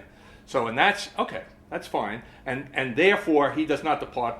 And so, I mean, well, we have many evidences of this, but that's another way in which he is thoroughly modern, thoroughly committed to ultimate subjectivity, even though he wants to understand this selfhood, or subjectivity, if you want, in quotes, as something more primordial than we have in Hegel or in American pragmatism. All right. All right. And so going back to your question about ecstasies, I'm reminded of that question on page 321, where he says, in case you tempted to think otherwise, right? And by the way, there on in the top paragraph, before I get to that, understanding is grounded primarily in the future. Attunement temporalizes itself primarily in having been, and falling prey temporally rooted primarily in the present. That's something I've already said, but I'm giving you here the textual foundation of that notion. But then again, notice, still, never, having said all that, understanding is always a present that has been. All right. So in other words, you cannot separate these, and he makes that very explicit in the first sentence of the next paragraph. Temporalizing does not mean a succession of the ecstasies. Okay. So in other words, this is a kind of, again, non-substantive analogy to the Trinitarian notion, and it's non-substantive because it goes back through Hegel's Trinitarian analogy in the dialectical process, right? He says in the second full paragraph on page 330, in our circumspect use of tools, we can say that the hammer is too heavy or too light. Key word there in this context, when we're using tools, circumspect use of tools, even the sentence that the hammer is heavy can express a heedful deliberation and mean that it is not light, that it requires force to use it or makes using it difficult. But the statement can also mean that the being before us, with which we are circumspectly familiar as a hammer, has a weight that is the property of heaviness. It exerts a pressure on what lies beneath it, and when that is removed, it falls. Right? So saying that, I think where he's going here is, in other words, now we're beginning to prescind from the notion of the using of the hammer. Right? And we're just, as it were, observing in a detached mode a certain property of the hammer, which is its heaviness. The discourse understood in this way is no longer in the horizon of the awaiting retention of a totality of useful things and its relation of relevance. What is said has been drawn from looking at what is appropriate for a being with mass. What is said has been drawn from looking at what is appropriate for a being with mass. What is now in view is appropriate for the hammer, not as a tool, but as a corporeal thing that is subject to the law of gravity. All right. So when we detach ourselves from the use of the hammer, or the hammer as a useful tool, and look at it abstracted from its relevance, and therefore abstracted, you understand, implicitly from what? For the sake of which, that is abstracted from Dasein, right?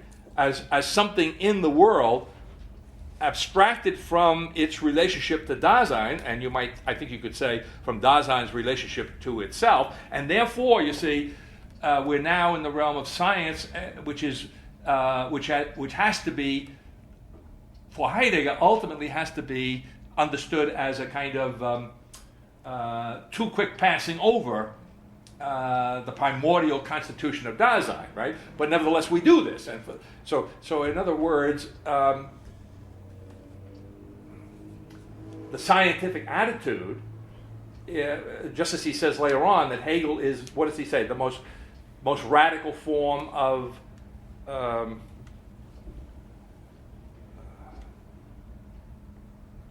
inauthentic understanding of time. I'm going to rephrase it. That's what he's saying, right? Vulgar. Huh? Vulgar.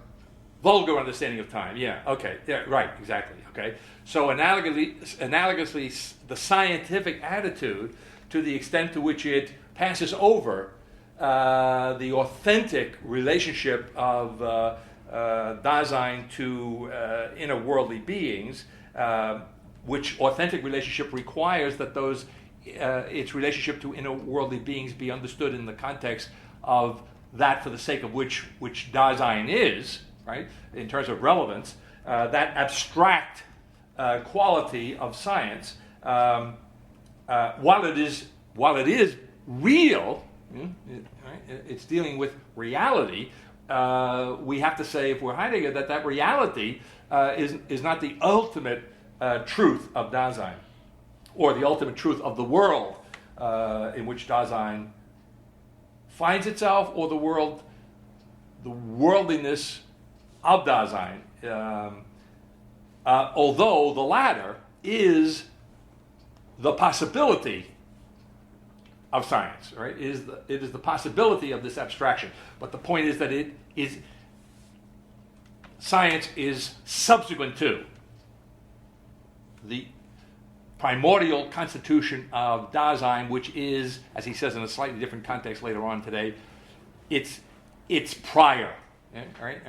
Dasein is the prior. It is that must come before the scientific attitude, if the scientific attitude is to be understood in its ultimate, in whatever truth it ultimately can be understood to have. All right. What I wanted to point out here on this page, in addition to that, in the next paragraph, why does what we are talking about, the heavy hammer, show itself differently when our way of talking is modified? Okay, so the modification of discourse, right, has a number of possibilities. Idle chatter would be one of them, all right, but the scientific discourse, the scientific understanding of things as objectively present, with properties of their own, abstracted from their relationship or relevance to Dasein, is another mode of discourse, another modification of discourse, which I think we could fairly say would be not to be confused with idle chatter. Right? Okay. All right. And so then he says on page 331, in the first paragraph beginning on that page, in our first characterization of the genesis of the theoretical mode of behavior, the scientific attitude, so what I was talking about, the priority of primordial Dasein, so it comes first, so the scientific or theoretical mode of behavior is it's generated out of, it comes, right, it has its genesis in something deeper. We have made basic a kind of theoretical grasping of inner worldly beings of physical nature, in which the modification of our understanding of being amounts to a transformation. In the physical statement, the physical in the sense of physics, that the hammer is heavy, we overlook not only the tool character of the being encountered, but thus also that which belongs to every useful thing at hand, its place. The place becomes indifferent. Remember, place is related to relevance, right? In other words, is the tool in its place? Its place has to do with its being handy, right? For whatever project Dasein is involved in. So when I abstract from its usefulness, I also abstract from its placedness, you might say, and then we're into the scientific notion of space, of spatiality as opposed to place, right? Which is a kind of indifference. Space is a kind of indifferent collection of points, which, to anticipate a little bit of the Hegelian analysis, which is, as space, is the punctuality, which is the negation of every point as such.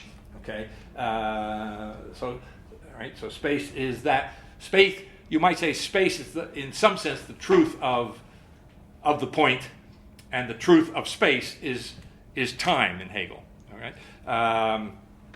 Okay. So for openness, the scientific attitude or the theoretical disposition or the theoretical behavior, in effect, in abstracting from use, abstracts the thing from its place. The place becomes indifferent. This does not mean that the objectively present thing loses its location altogether. Its place becomes a position in space and time, a world point. Which is in no way distinguished from any other. All right, so the world points are functions of abstraction, and they have about them, you could say, precisely that quality of abstractness, which is that they are indifferently interchangeable. They're all, none of them any different than any other. It loses its particularity. Yes, that's right. So another way. So when you put it that way, I want to say that there is a point of contact between Heidegger and the thinking now occurring. There is an analogy insofar as he is concerned, right, in his concern for the usefulness of things at hand for Dasein, their relevance to Dasein's deciding upon its authentic potentiality, insofar as they're part. In other words, Dasein cannot authentically be what it is potentially apart from the world which it in the moment holds authentically in relation to or in and as it's being toward death.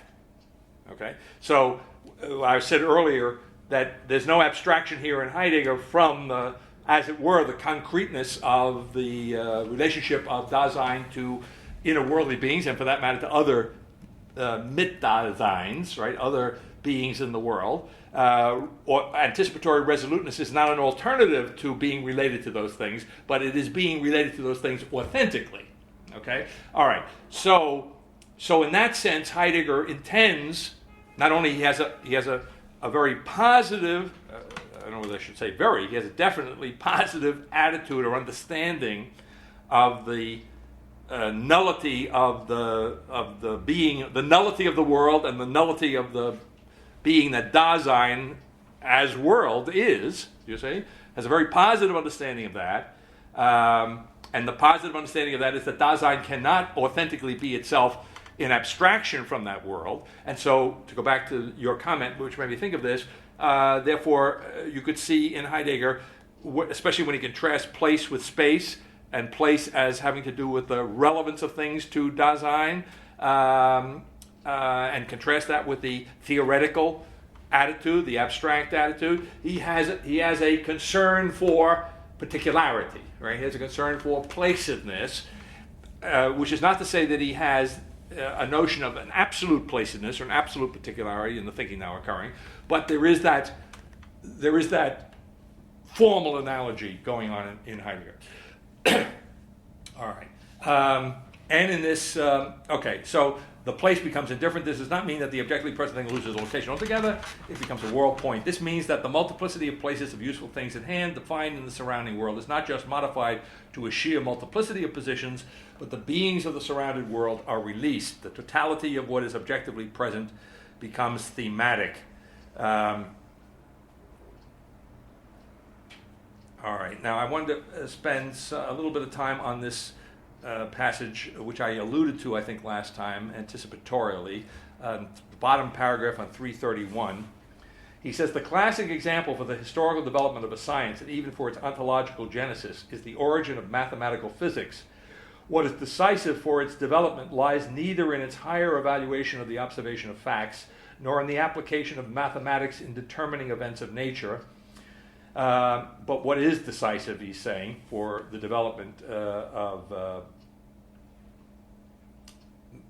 mathematical physics is the mathematical project of nature itself. This project discovers in advance something constantly objectively present and opens the horizon for the guiding perspective on its quantitatively definable constitutive moments, motion, force, location, and time.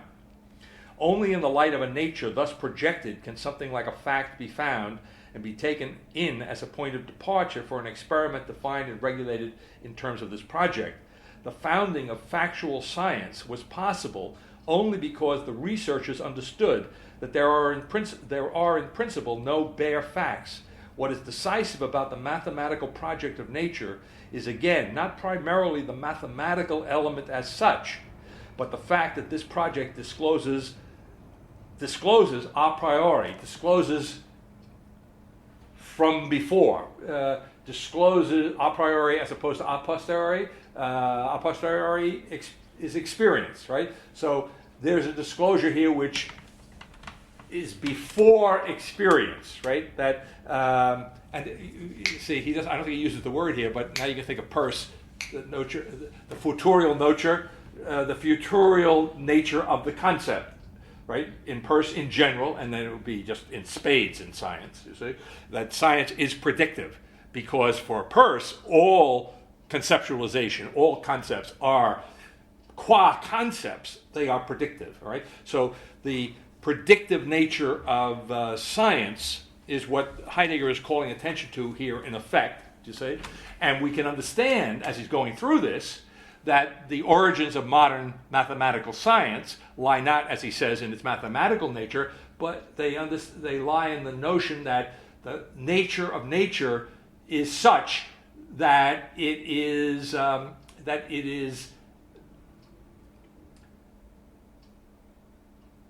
it is, I want to say, in and of itself disclosed prior to it.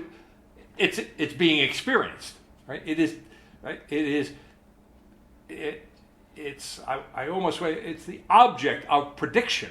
It's predictable, I think, would be a simple way of getting at what he's pointing out about the essence of modern science, that it is, yeah. Question that I have, could it also be read as there is a primordial understanding of what nature is about? What nature can disclose? I mean, not a full, but it's sort of intuitive. That then Oh, well, if you say intuitive, I think I could buy that. Yeah. I don't mean full Yeah. understanding. Just that Well, not full understanding. Yeah. that there's a hunch. That there's a hunch that Well, yeah, there's a hunch, or he would say that it's a like Volga time. He says in today's assignment, and hopefully we'll get to the passage. He talks about the Volga notion of time is very intent on, first of all, the past. There's a kind of privileged meaning of history as past. You know, something is historical suggests right away that it's past, or it belongs to the past, or has a relationship to the past, something like that. Although he has other meanings of history too that come into play, but still that's the privileged thing. And then analogous to that, what was I going to say? Analogous to that. History has passed, because Heidegger is not going to make any radical distinction between historicity and temporality. Then when he talks about the vulgar understanding of time, he says that when the vulgar understanding of time speaks about fleeting time, time is fleeting. Time, there's not enough time. Time is flying past. I'm out of time. What's the other term? Passing away. Right? Time is passing away. That is a kind of acknowledgement, right, of what is the primordial notion of authentic anticipatory resoluteness as being toward death, as being toward, as the finitude of temporality. You see, as the precisely the lack of that temporality does not, even in its primordial sense, even when we're not counting nows, it's faced with its own not to be bypassed possibility of impossibility. It's faced with its own non-being, right? So even in the vulgar understanding of time, there is a reflection. I think he uses the word reflection in the fact that we have the notion, vulgar notion that time is fleeing, time is passing quickly, right? That is a reflection of an authentic understanding, you see, of what we would understand to be the positive limit on temporality, which authentically understood takes the form of a resoluteness that is being toward death. Right? So what did you just say or ask that made me go through that? You said something about, particularly since Dasein has an intuitive or understanding of being. Yes, it has. So therefore, would it not also be possible that nature is looked upon with an intuitive sense what nature can disclose? Okay, so I put that together. What I had been saying previously, what I tried to boil down into something analogous to the predictability of nature in the modern. I mean, that's the whole point, right? Because if you think of modern science, yes, it proceeds, as he points out, mathematically, and has certain precision.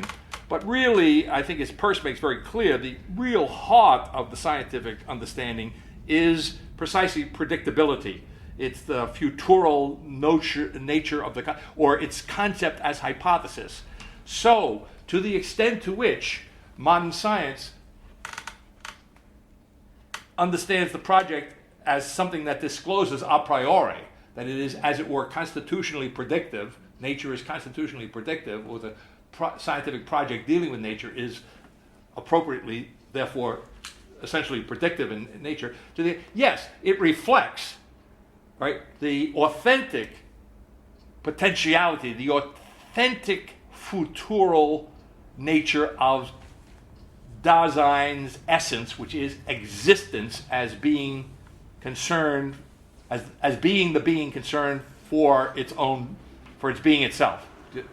So, in other words, the authentic potentiality of Dasein the authentic openness, the authentic positive nullity of Dasein is reflected in the modern scientific project when that scientific project understands itself to be disclosing a priori, or a disclosure a priori, or dealing with a nature that is a priori disclosure, that is subject to, or is the object of predictability or prediction. Yes, so I think, yes, if I understand your observation correctly, I think that's right, yes.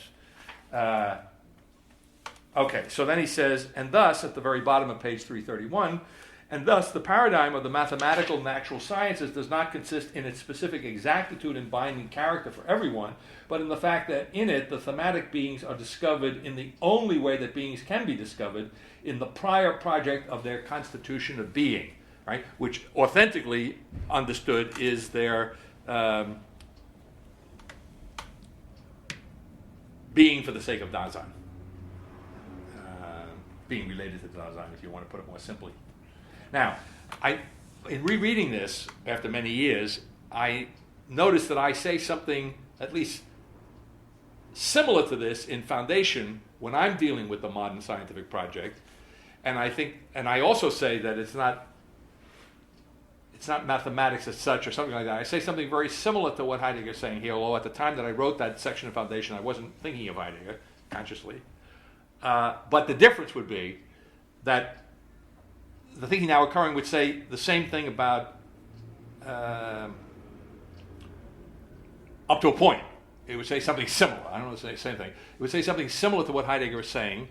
And what he's saying, it's the essence of modern science is, its, put it simply, its projective nature. And I mean that in every sense of the word. The nature of science and the nature that science is dealing with, right? Okay. And as Peirce makes clear, there's no sharp line between the nature of science and the nature that science is dealing with. Okay.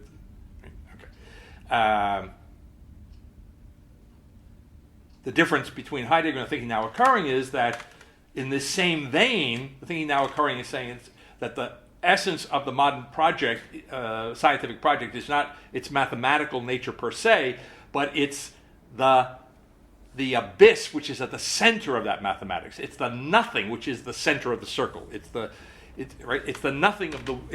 It is grasping of the nothingness of the world. Now Heidegger is not going to say quite that. Do you see? Because because then he would be as it were where the thinking now occurring is at. He would have to be beyond the notion.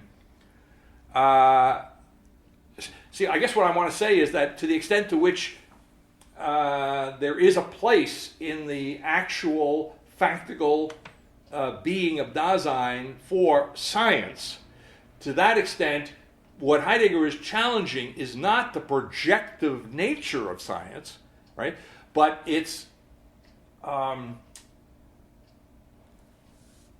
oblivion to its rootedness in the primordial potentiality of being in the world, or the worldliness of Dasein. That's his objection. See, so he doesn't object to the projectedness as such. He's objecting. I mean, if objecting is the right word. What he's critical of is a better word. What he's critical of is not the projectedness of the modern scientific understanding or of itself and of nature, but of its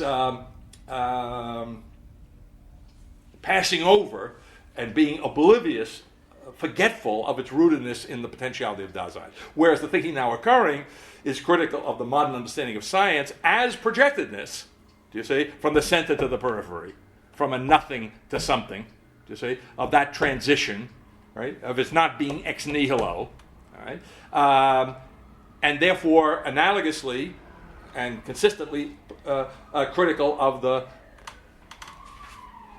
the nullity of Heideggerian Dasein, of the nothingness, even in its positive sense, of the potentiality of Dasein in Heidegger. Right? So in the thinking now occurring, we say there is no potentiality. There's nothing, as it were, but actuality. Right? What otherwise would be potentiality. All right. All right, on page 335 and following, we begin today's assignment. Let's see.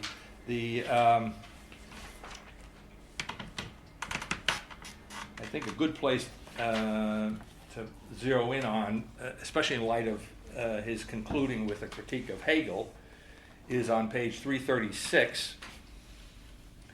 And in the long paragraph in the middle of that page, let's say starting at the end of the third line, before that we must remember in what way Dasein is spatial. Now he's already touched upon this earlier in the text, right? The spatializing of Dasein, the making room.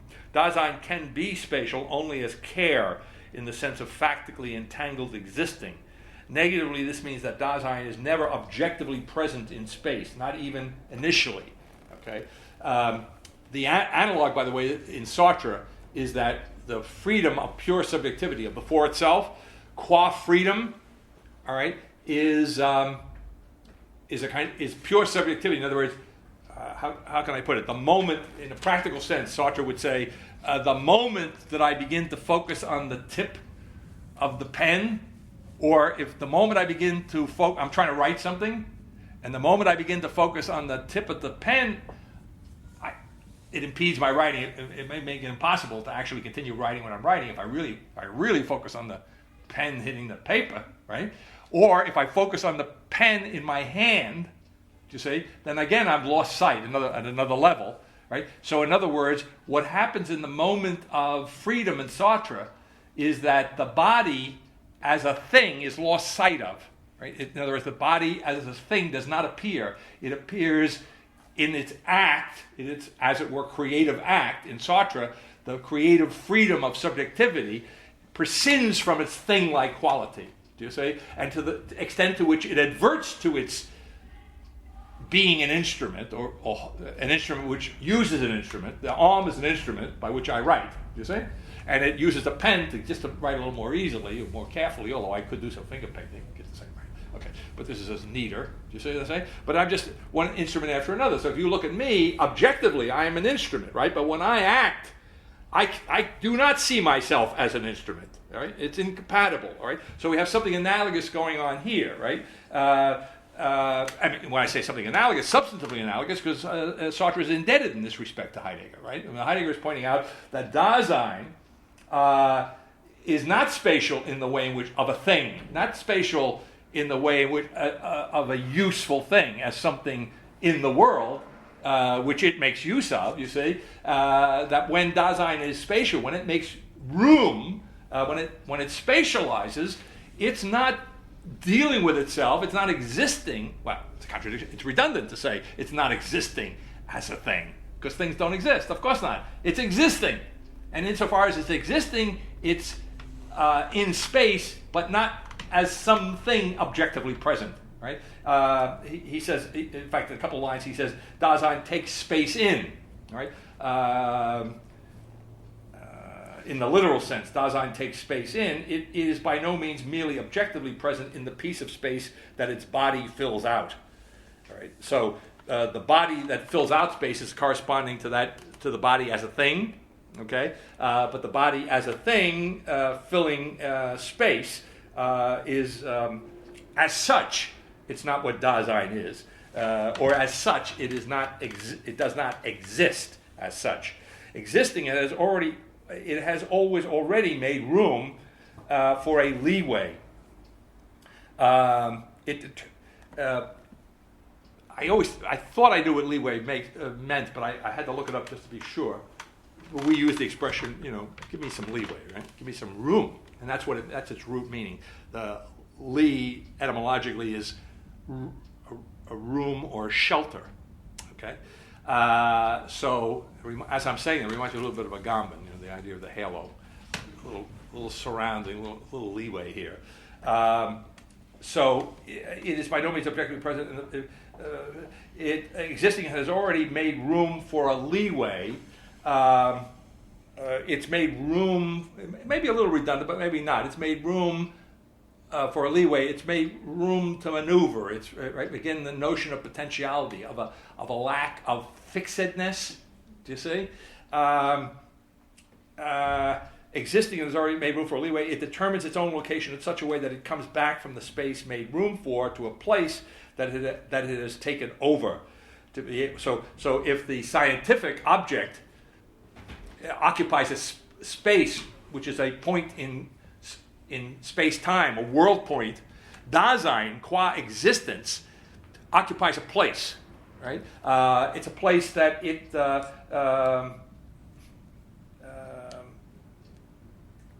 takes over, having made room, right? Having come back from space, made room to a place that it has taken over. To be able to say that Dasein is objectively present at a position in space, we have to grasp this being beforehand in an ontologically inappropriate way. All right. Nor does the difference between the spatiality of an extended thing and that of Dasein lie in the fact that Dasein knows about space. Making room is so far from identical with the representation of something spatial that the latter presupposes the former. Nor may the spatiality of Dasein be interpreted as a kind of imperfection that adheres to existence on account of the fatal connection of the spirit with a body. Rather, and this is what I wanted to get to, because Dasein is spiritual, and only because it is spiritual, it can be spatial in a way that essentially remains impossible for an extended corporeal thing. All right. So, although now this is somewhat, I think this is somewhat rare in the text. I don't recall. It's the first time that he uses the word spiritual. Yeah, that's what I was just about to say. I think that's true, and it's important to note that he says this here and what he's talking about when he says it, because when he gets to his critique in the end of today's assignment of Hegel on the relationship of time and spirit, do you see? Although I don't know he's going to draw us back to this page. He does draw us back to this page in effect. I mean, whether he does so explicitly, I don't think he does. But we're going to come back to this page if we ever get to that page. So let's anticipate that. In other words, what he's going to say is that in Hegel, spirit falls into time. Right? But Heidegger says, no. The rootedness of the Hegelian radical version of the vulgar understanding of time, the rootedness of that relationship of spirit and time, which is in which in Hegel, for Heidegger, they both take the abstract form of a falling into, right? He, in effect, reverses the relationship, if I can put it that way. I'm not sure it's the exact way to put it. Heidegger reverses the relationship wants to say, toward the end of today's assignment, toward the end of the book, that the true understanding is that Dasein's factical experience falls from its primordial temporality into what is in effect the vulgar experience, factical actual temporality. In effect, what he's saying there is that, unlike Hegel, that the spirit doesn't fall into time, but our everyday sense of temporality, the world of time and space of our everyday experience, which would include our scientifically abstract modification of that everyday experience world, that falls from here's what did I say it? It falls from the spirituality that primordial Dasein is as the temporality which is historicity. Okay, so let me go back. So let me come back to this particular page, 336, because we will one way or the other get to that page in the Hegel critique. Dasein is spiritual only because of spirit can it be spatial in a way that essentially remains impossible for an extended corporeal thing. Qua spiritual, Dasein spatializes. Qua spiritual, it spatializes and is in some sense in space, not as no objectively present thing can either spatialize or be or is in space. You say it is in space precisely, or spatializes precisely as a function, to go back to my analogy to Sartre, as a function of its freedom, of its potentiality, its primordial freedom and potentiality to be itself authentically in the moment. And that is its spirituality. So in other words, not spirit and time, as in Hegel, that have to be reconciled. So spirit in Hegel falls into time, then the dialectic takes over. Time is recognized to be what? As a limitation on spirit. Spirit recoups itself from that momentary identification of itself with from time, and realizes that its temporal, spatial being is but as it were, the means to its self-realization as infinite spirit. Okay. Heidegger is saying, no. The authentic relationship, the primordial relationship, is such that the temporality of Dasein, of finite being there is spatiality. That they are both a spirituality, or so I do it time and spirit. And Hegelian says that the temporality, the primordial temporality of Dasein in Heidegger is its true spirituality, right? And it is qua spiritual in the Heideggerian sense, qua authentic temporality, ecstatic temporality, that it makes room, right?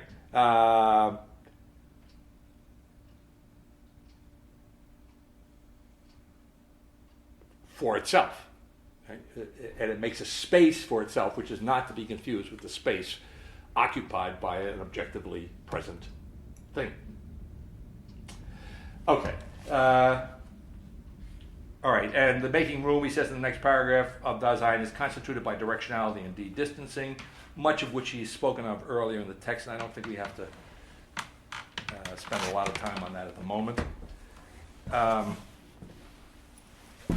He says on the bottom of page 337, in the very top of the very bottom paragraph, only on the basis of ecstatic and horizontal temporality is it possible for Dasein to break into space.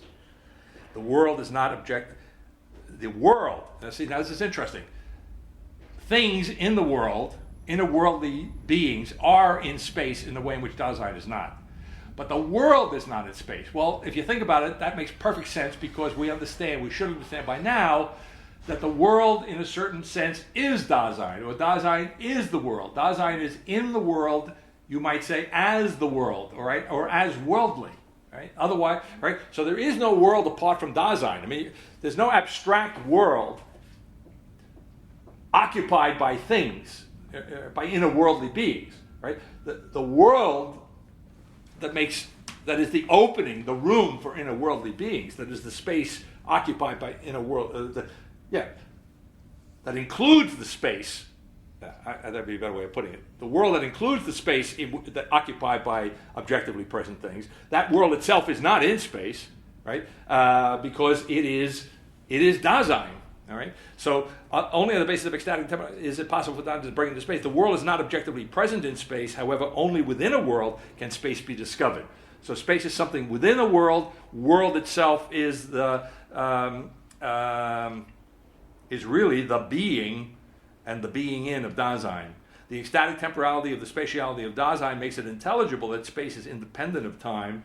But on the other hand, this same temporality makes intelligible also the dependency of Dasein upon space, a dependence that makes itself manifest in the familiar phenomenon that both the self-interpretation of Dasein and the content of significance of language are to a large extent dominated by spatial representations in general.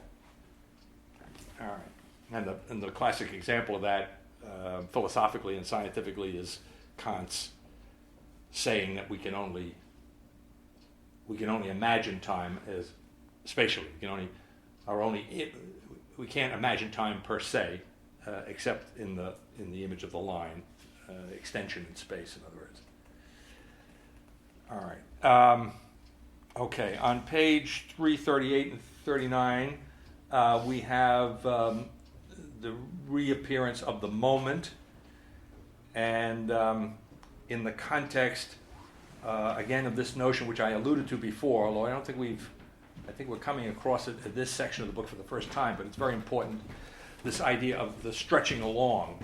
So beginning at the bottom of 338, third line up, he says, the expression everydayness primarily signifies a certain how of existence that prevails in Dasein as long as it lives. All right, so we never get, this is, in a way, it's kind of, I don't know, it's quite literally redundant, but the overlapping ideas. We never get rid of thrownness. We never get rid of everydayness. All right, everydayness is a how of existence that prevails in Dasein as long as it lives. In our earlier analyses, we often use the expression initially and for the most part, and now he kind of defines that a little more closely. Initially means the way in which Dasein is manifest in the being with one another of publicness, even if it has basically precisely overcome everydayness existentially.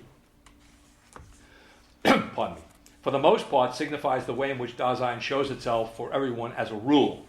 And here's the key phrase, but not always. And because if it was not initially and for the most part, in other words, as a rule, ordinarily we might say, but not always, then there'd be no possibility of anticipatory resoluteness, okay? But just because there is anticipatory resoluteness doesn't mean that that moment is permanent, right? Because that is as if one would not again return to what, for the most part, is the experience of Dasein as being in the world, everydayness, okay? All right, so he says in the bottom of the middle paragraph on page 339, last sentence, but existence can also master the everyday in the moment, often only for the moment, but it can never extinguish it, okay?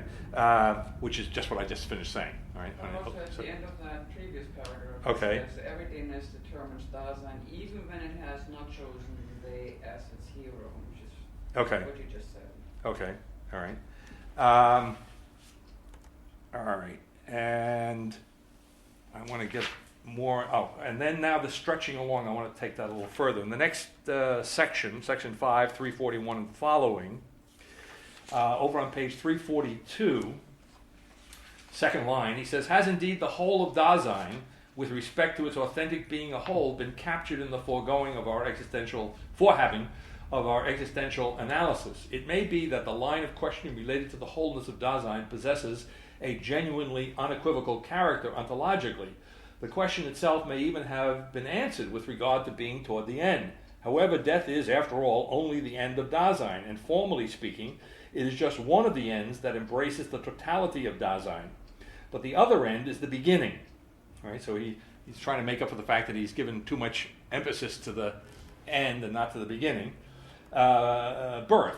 Only, by the way, it's not exactly the case, because thrownness is very heavily oriented toward having been, all right? So, toward the beginning, if you want. Only the being between birth and death presents the whole we are looking for, all right? So yes, being toward death is the possibility of the wholeness of Dasein, but if you want to give a perfect or a whole statement of that wholeness, it's the between birth and death is what he wants to say here, right? Being between birth and death presents the whole we are looking for.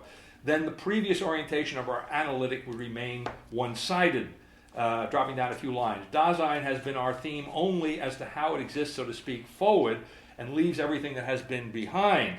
Not only did being toward the beginning remain unnoticed, but above all, the way Dasein stretches along between birth and death.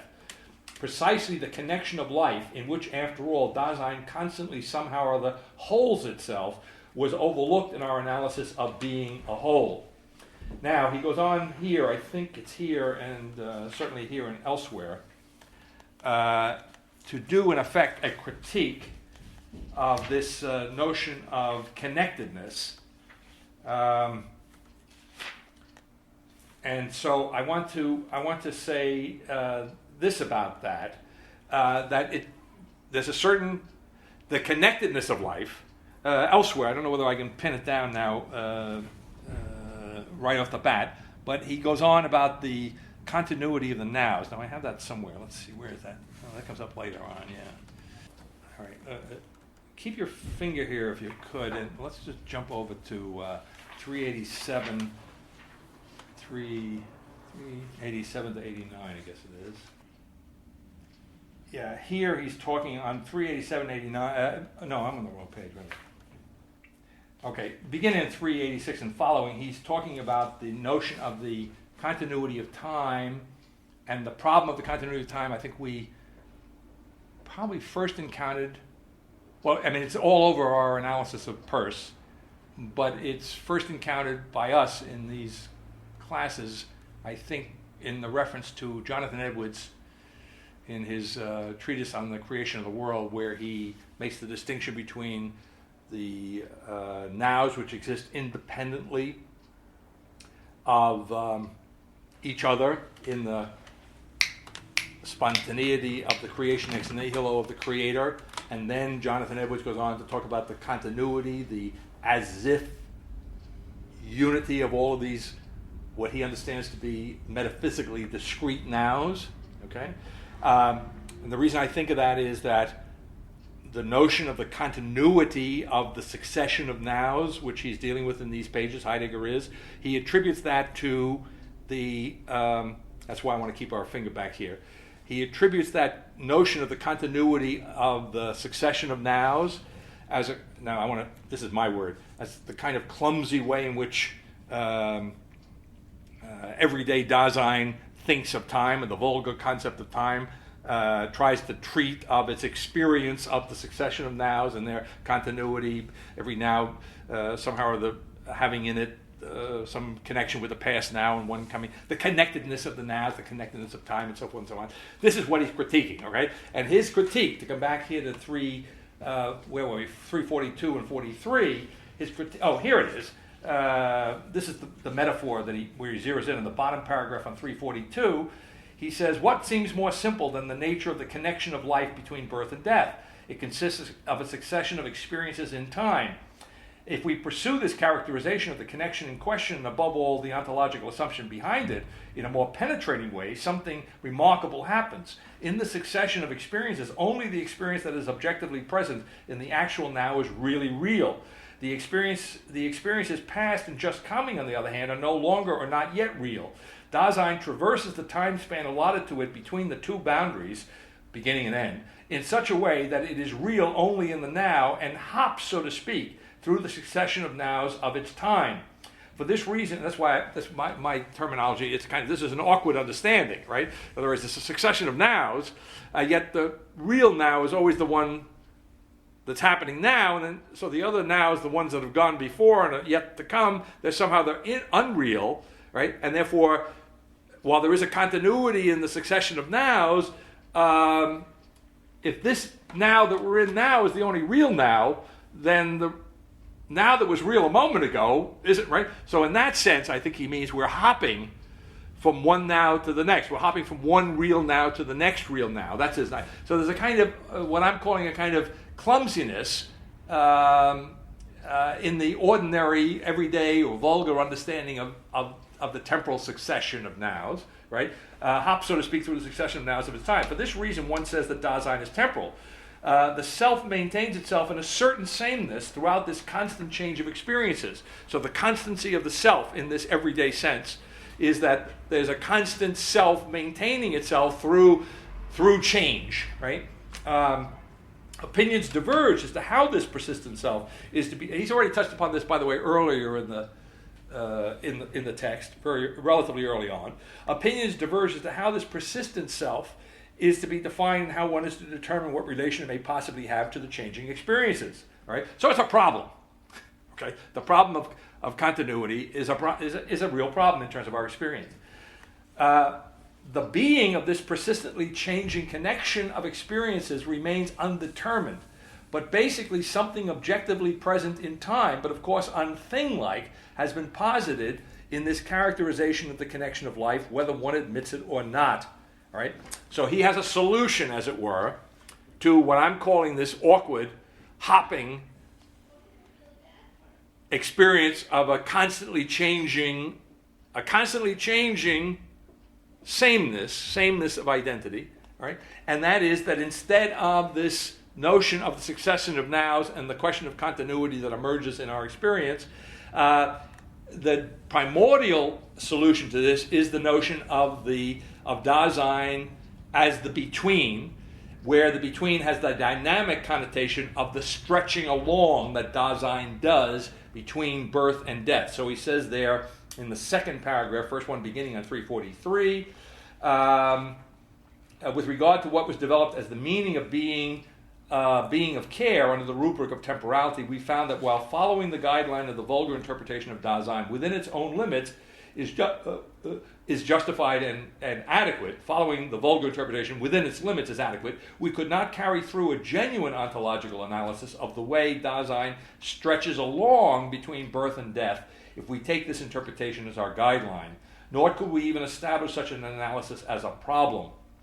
At the end of the next paragraph, last sentence, when however, one tacitly regards this being ontologically as something objectively present in time, that is, the being of Dasein, An attempt at an ontological characterization of the being between birth and death gets stranded.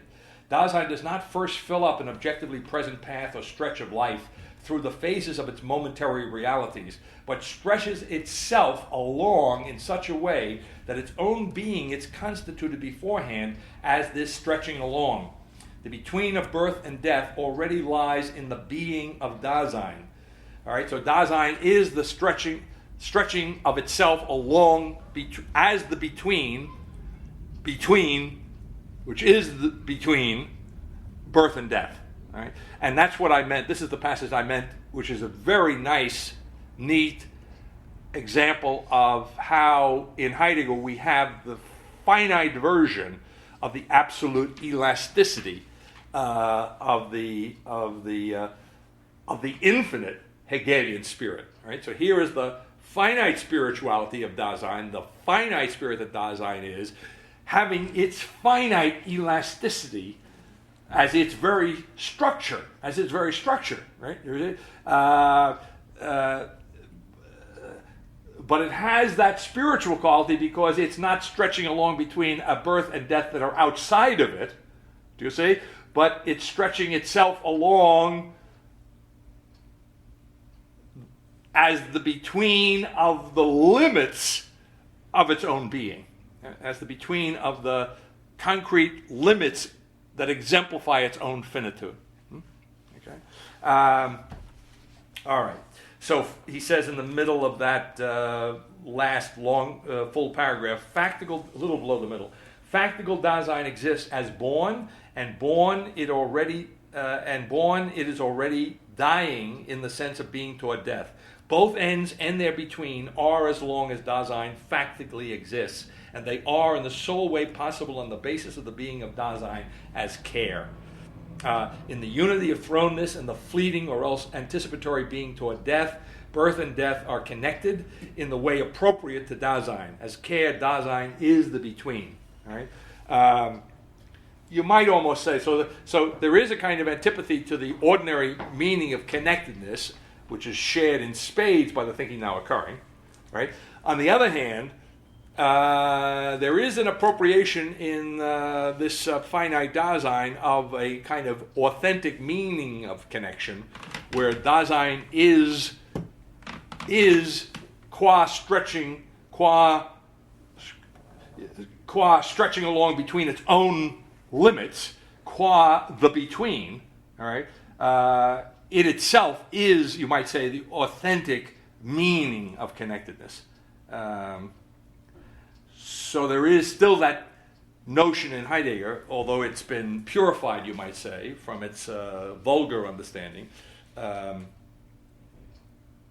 his notion of the between, there is a notion of continuing notion of connectedness of the connected.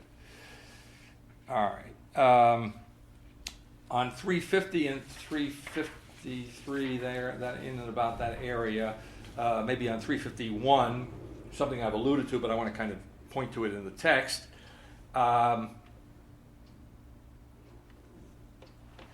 He says in the top paragraph, full paragraph on 351, it is true that Dasein is delivered over to itself in its potentiality of being, but as being in the world. As thrown, it is dependent upon a world and exists factically with others.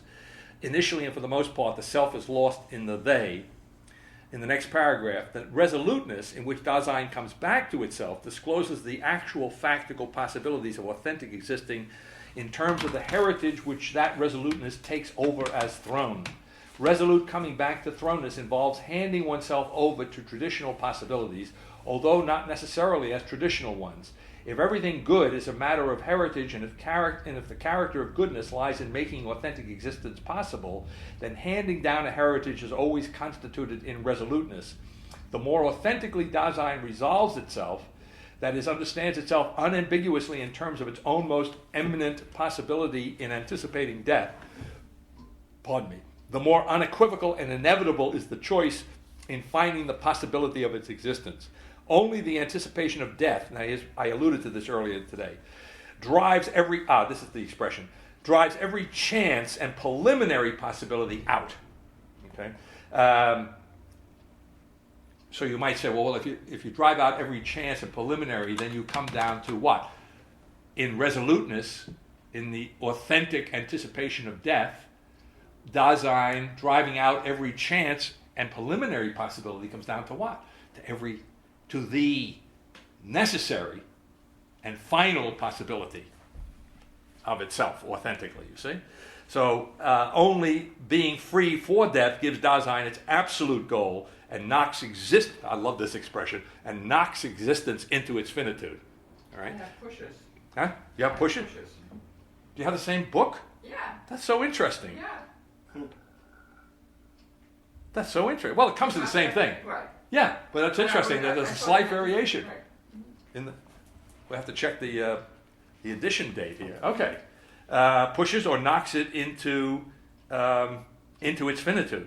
The finitude of existence thus seized upon tears one back out of endless multiplicity of possibilities, offering themselves nearest by, those of comfort shirking and taking things easy, and brings Dasein to the simplicity of its fate.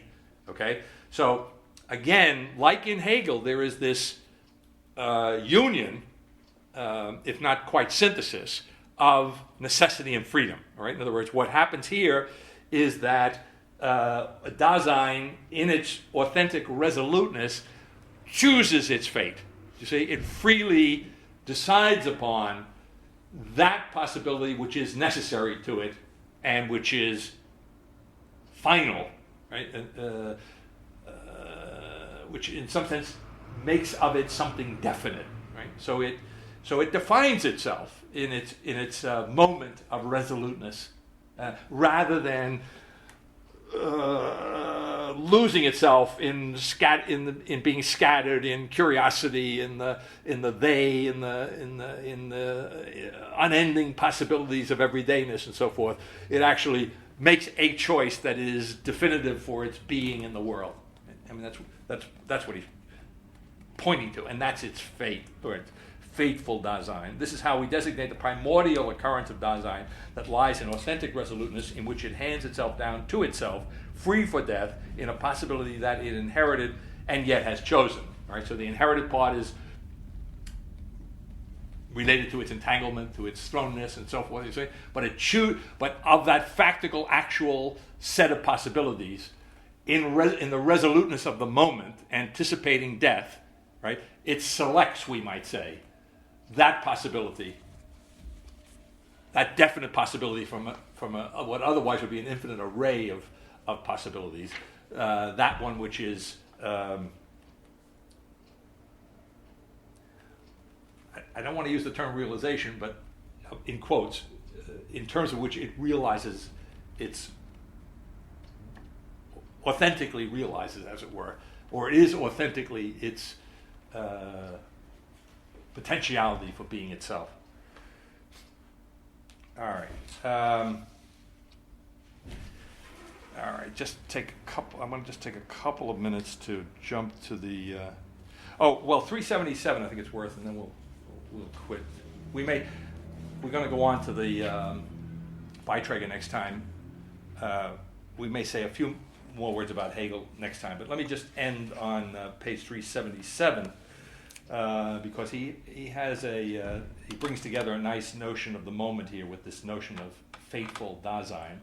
And he says on 377, in the third line of the first full paragraph, accordingly, the irresoluteness of inauthentic existence temporalizes itself in the mode of a making present that does not await but forgets. The irresolute person understands himself in terms of the events and accidents, this is kind of I was alluding to in effect, nearest by that are encountered in such making present and urge themselves upon him in changing ways. Busily losing himself in what is taken care of, the irresolute person loses his time in them too. Hence this characteristic way of talking, I have no time. Just as the person who exists inauthentically constantly loses time and never has any, it is the distinction of the temporality of authentic existence that in resoluteness it never loses time and always has time. For the temporality of resoluteness has, in regard to its present, the nature of the moment. The moment's authentic making present of the situation does not itself have the leadership, but is held in the future that has been. There you have the inseparability of the ecstatic moments of the unity of temporality. The existence of the moment temporalizes itself as faithfully whole, stretching along in the sense of the authentic historical constancy of the self. This kind of temporal existence constantly has its time for what the situation requires of it. But resoluteness discloses the there in such a way only as situation. Thus, the resolute person can never encounter what is disclosed in such a way he can never encounter what is disclosed in such a way that he could lose his time on it in an irresolute way. Okay, so I think we'll end there.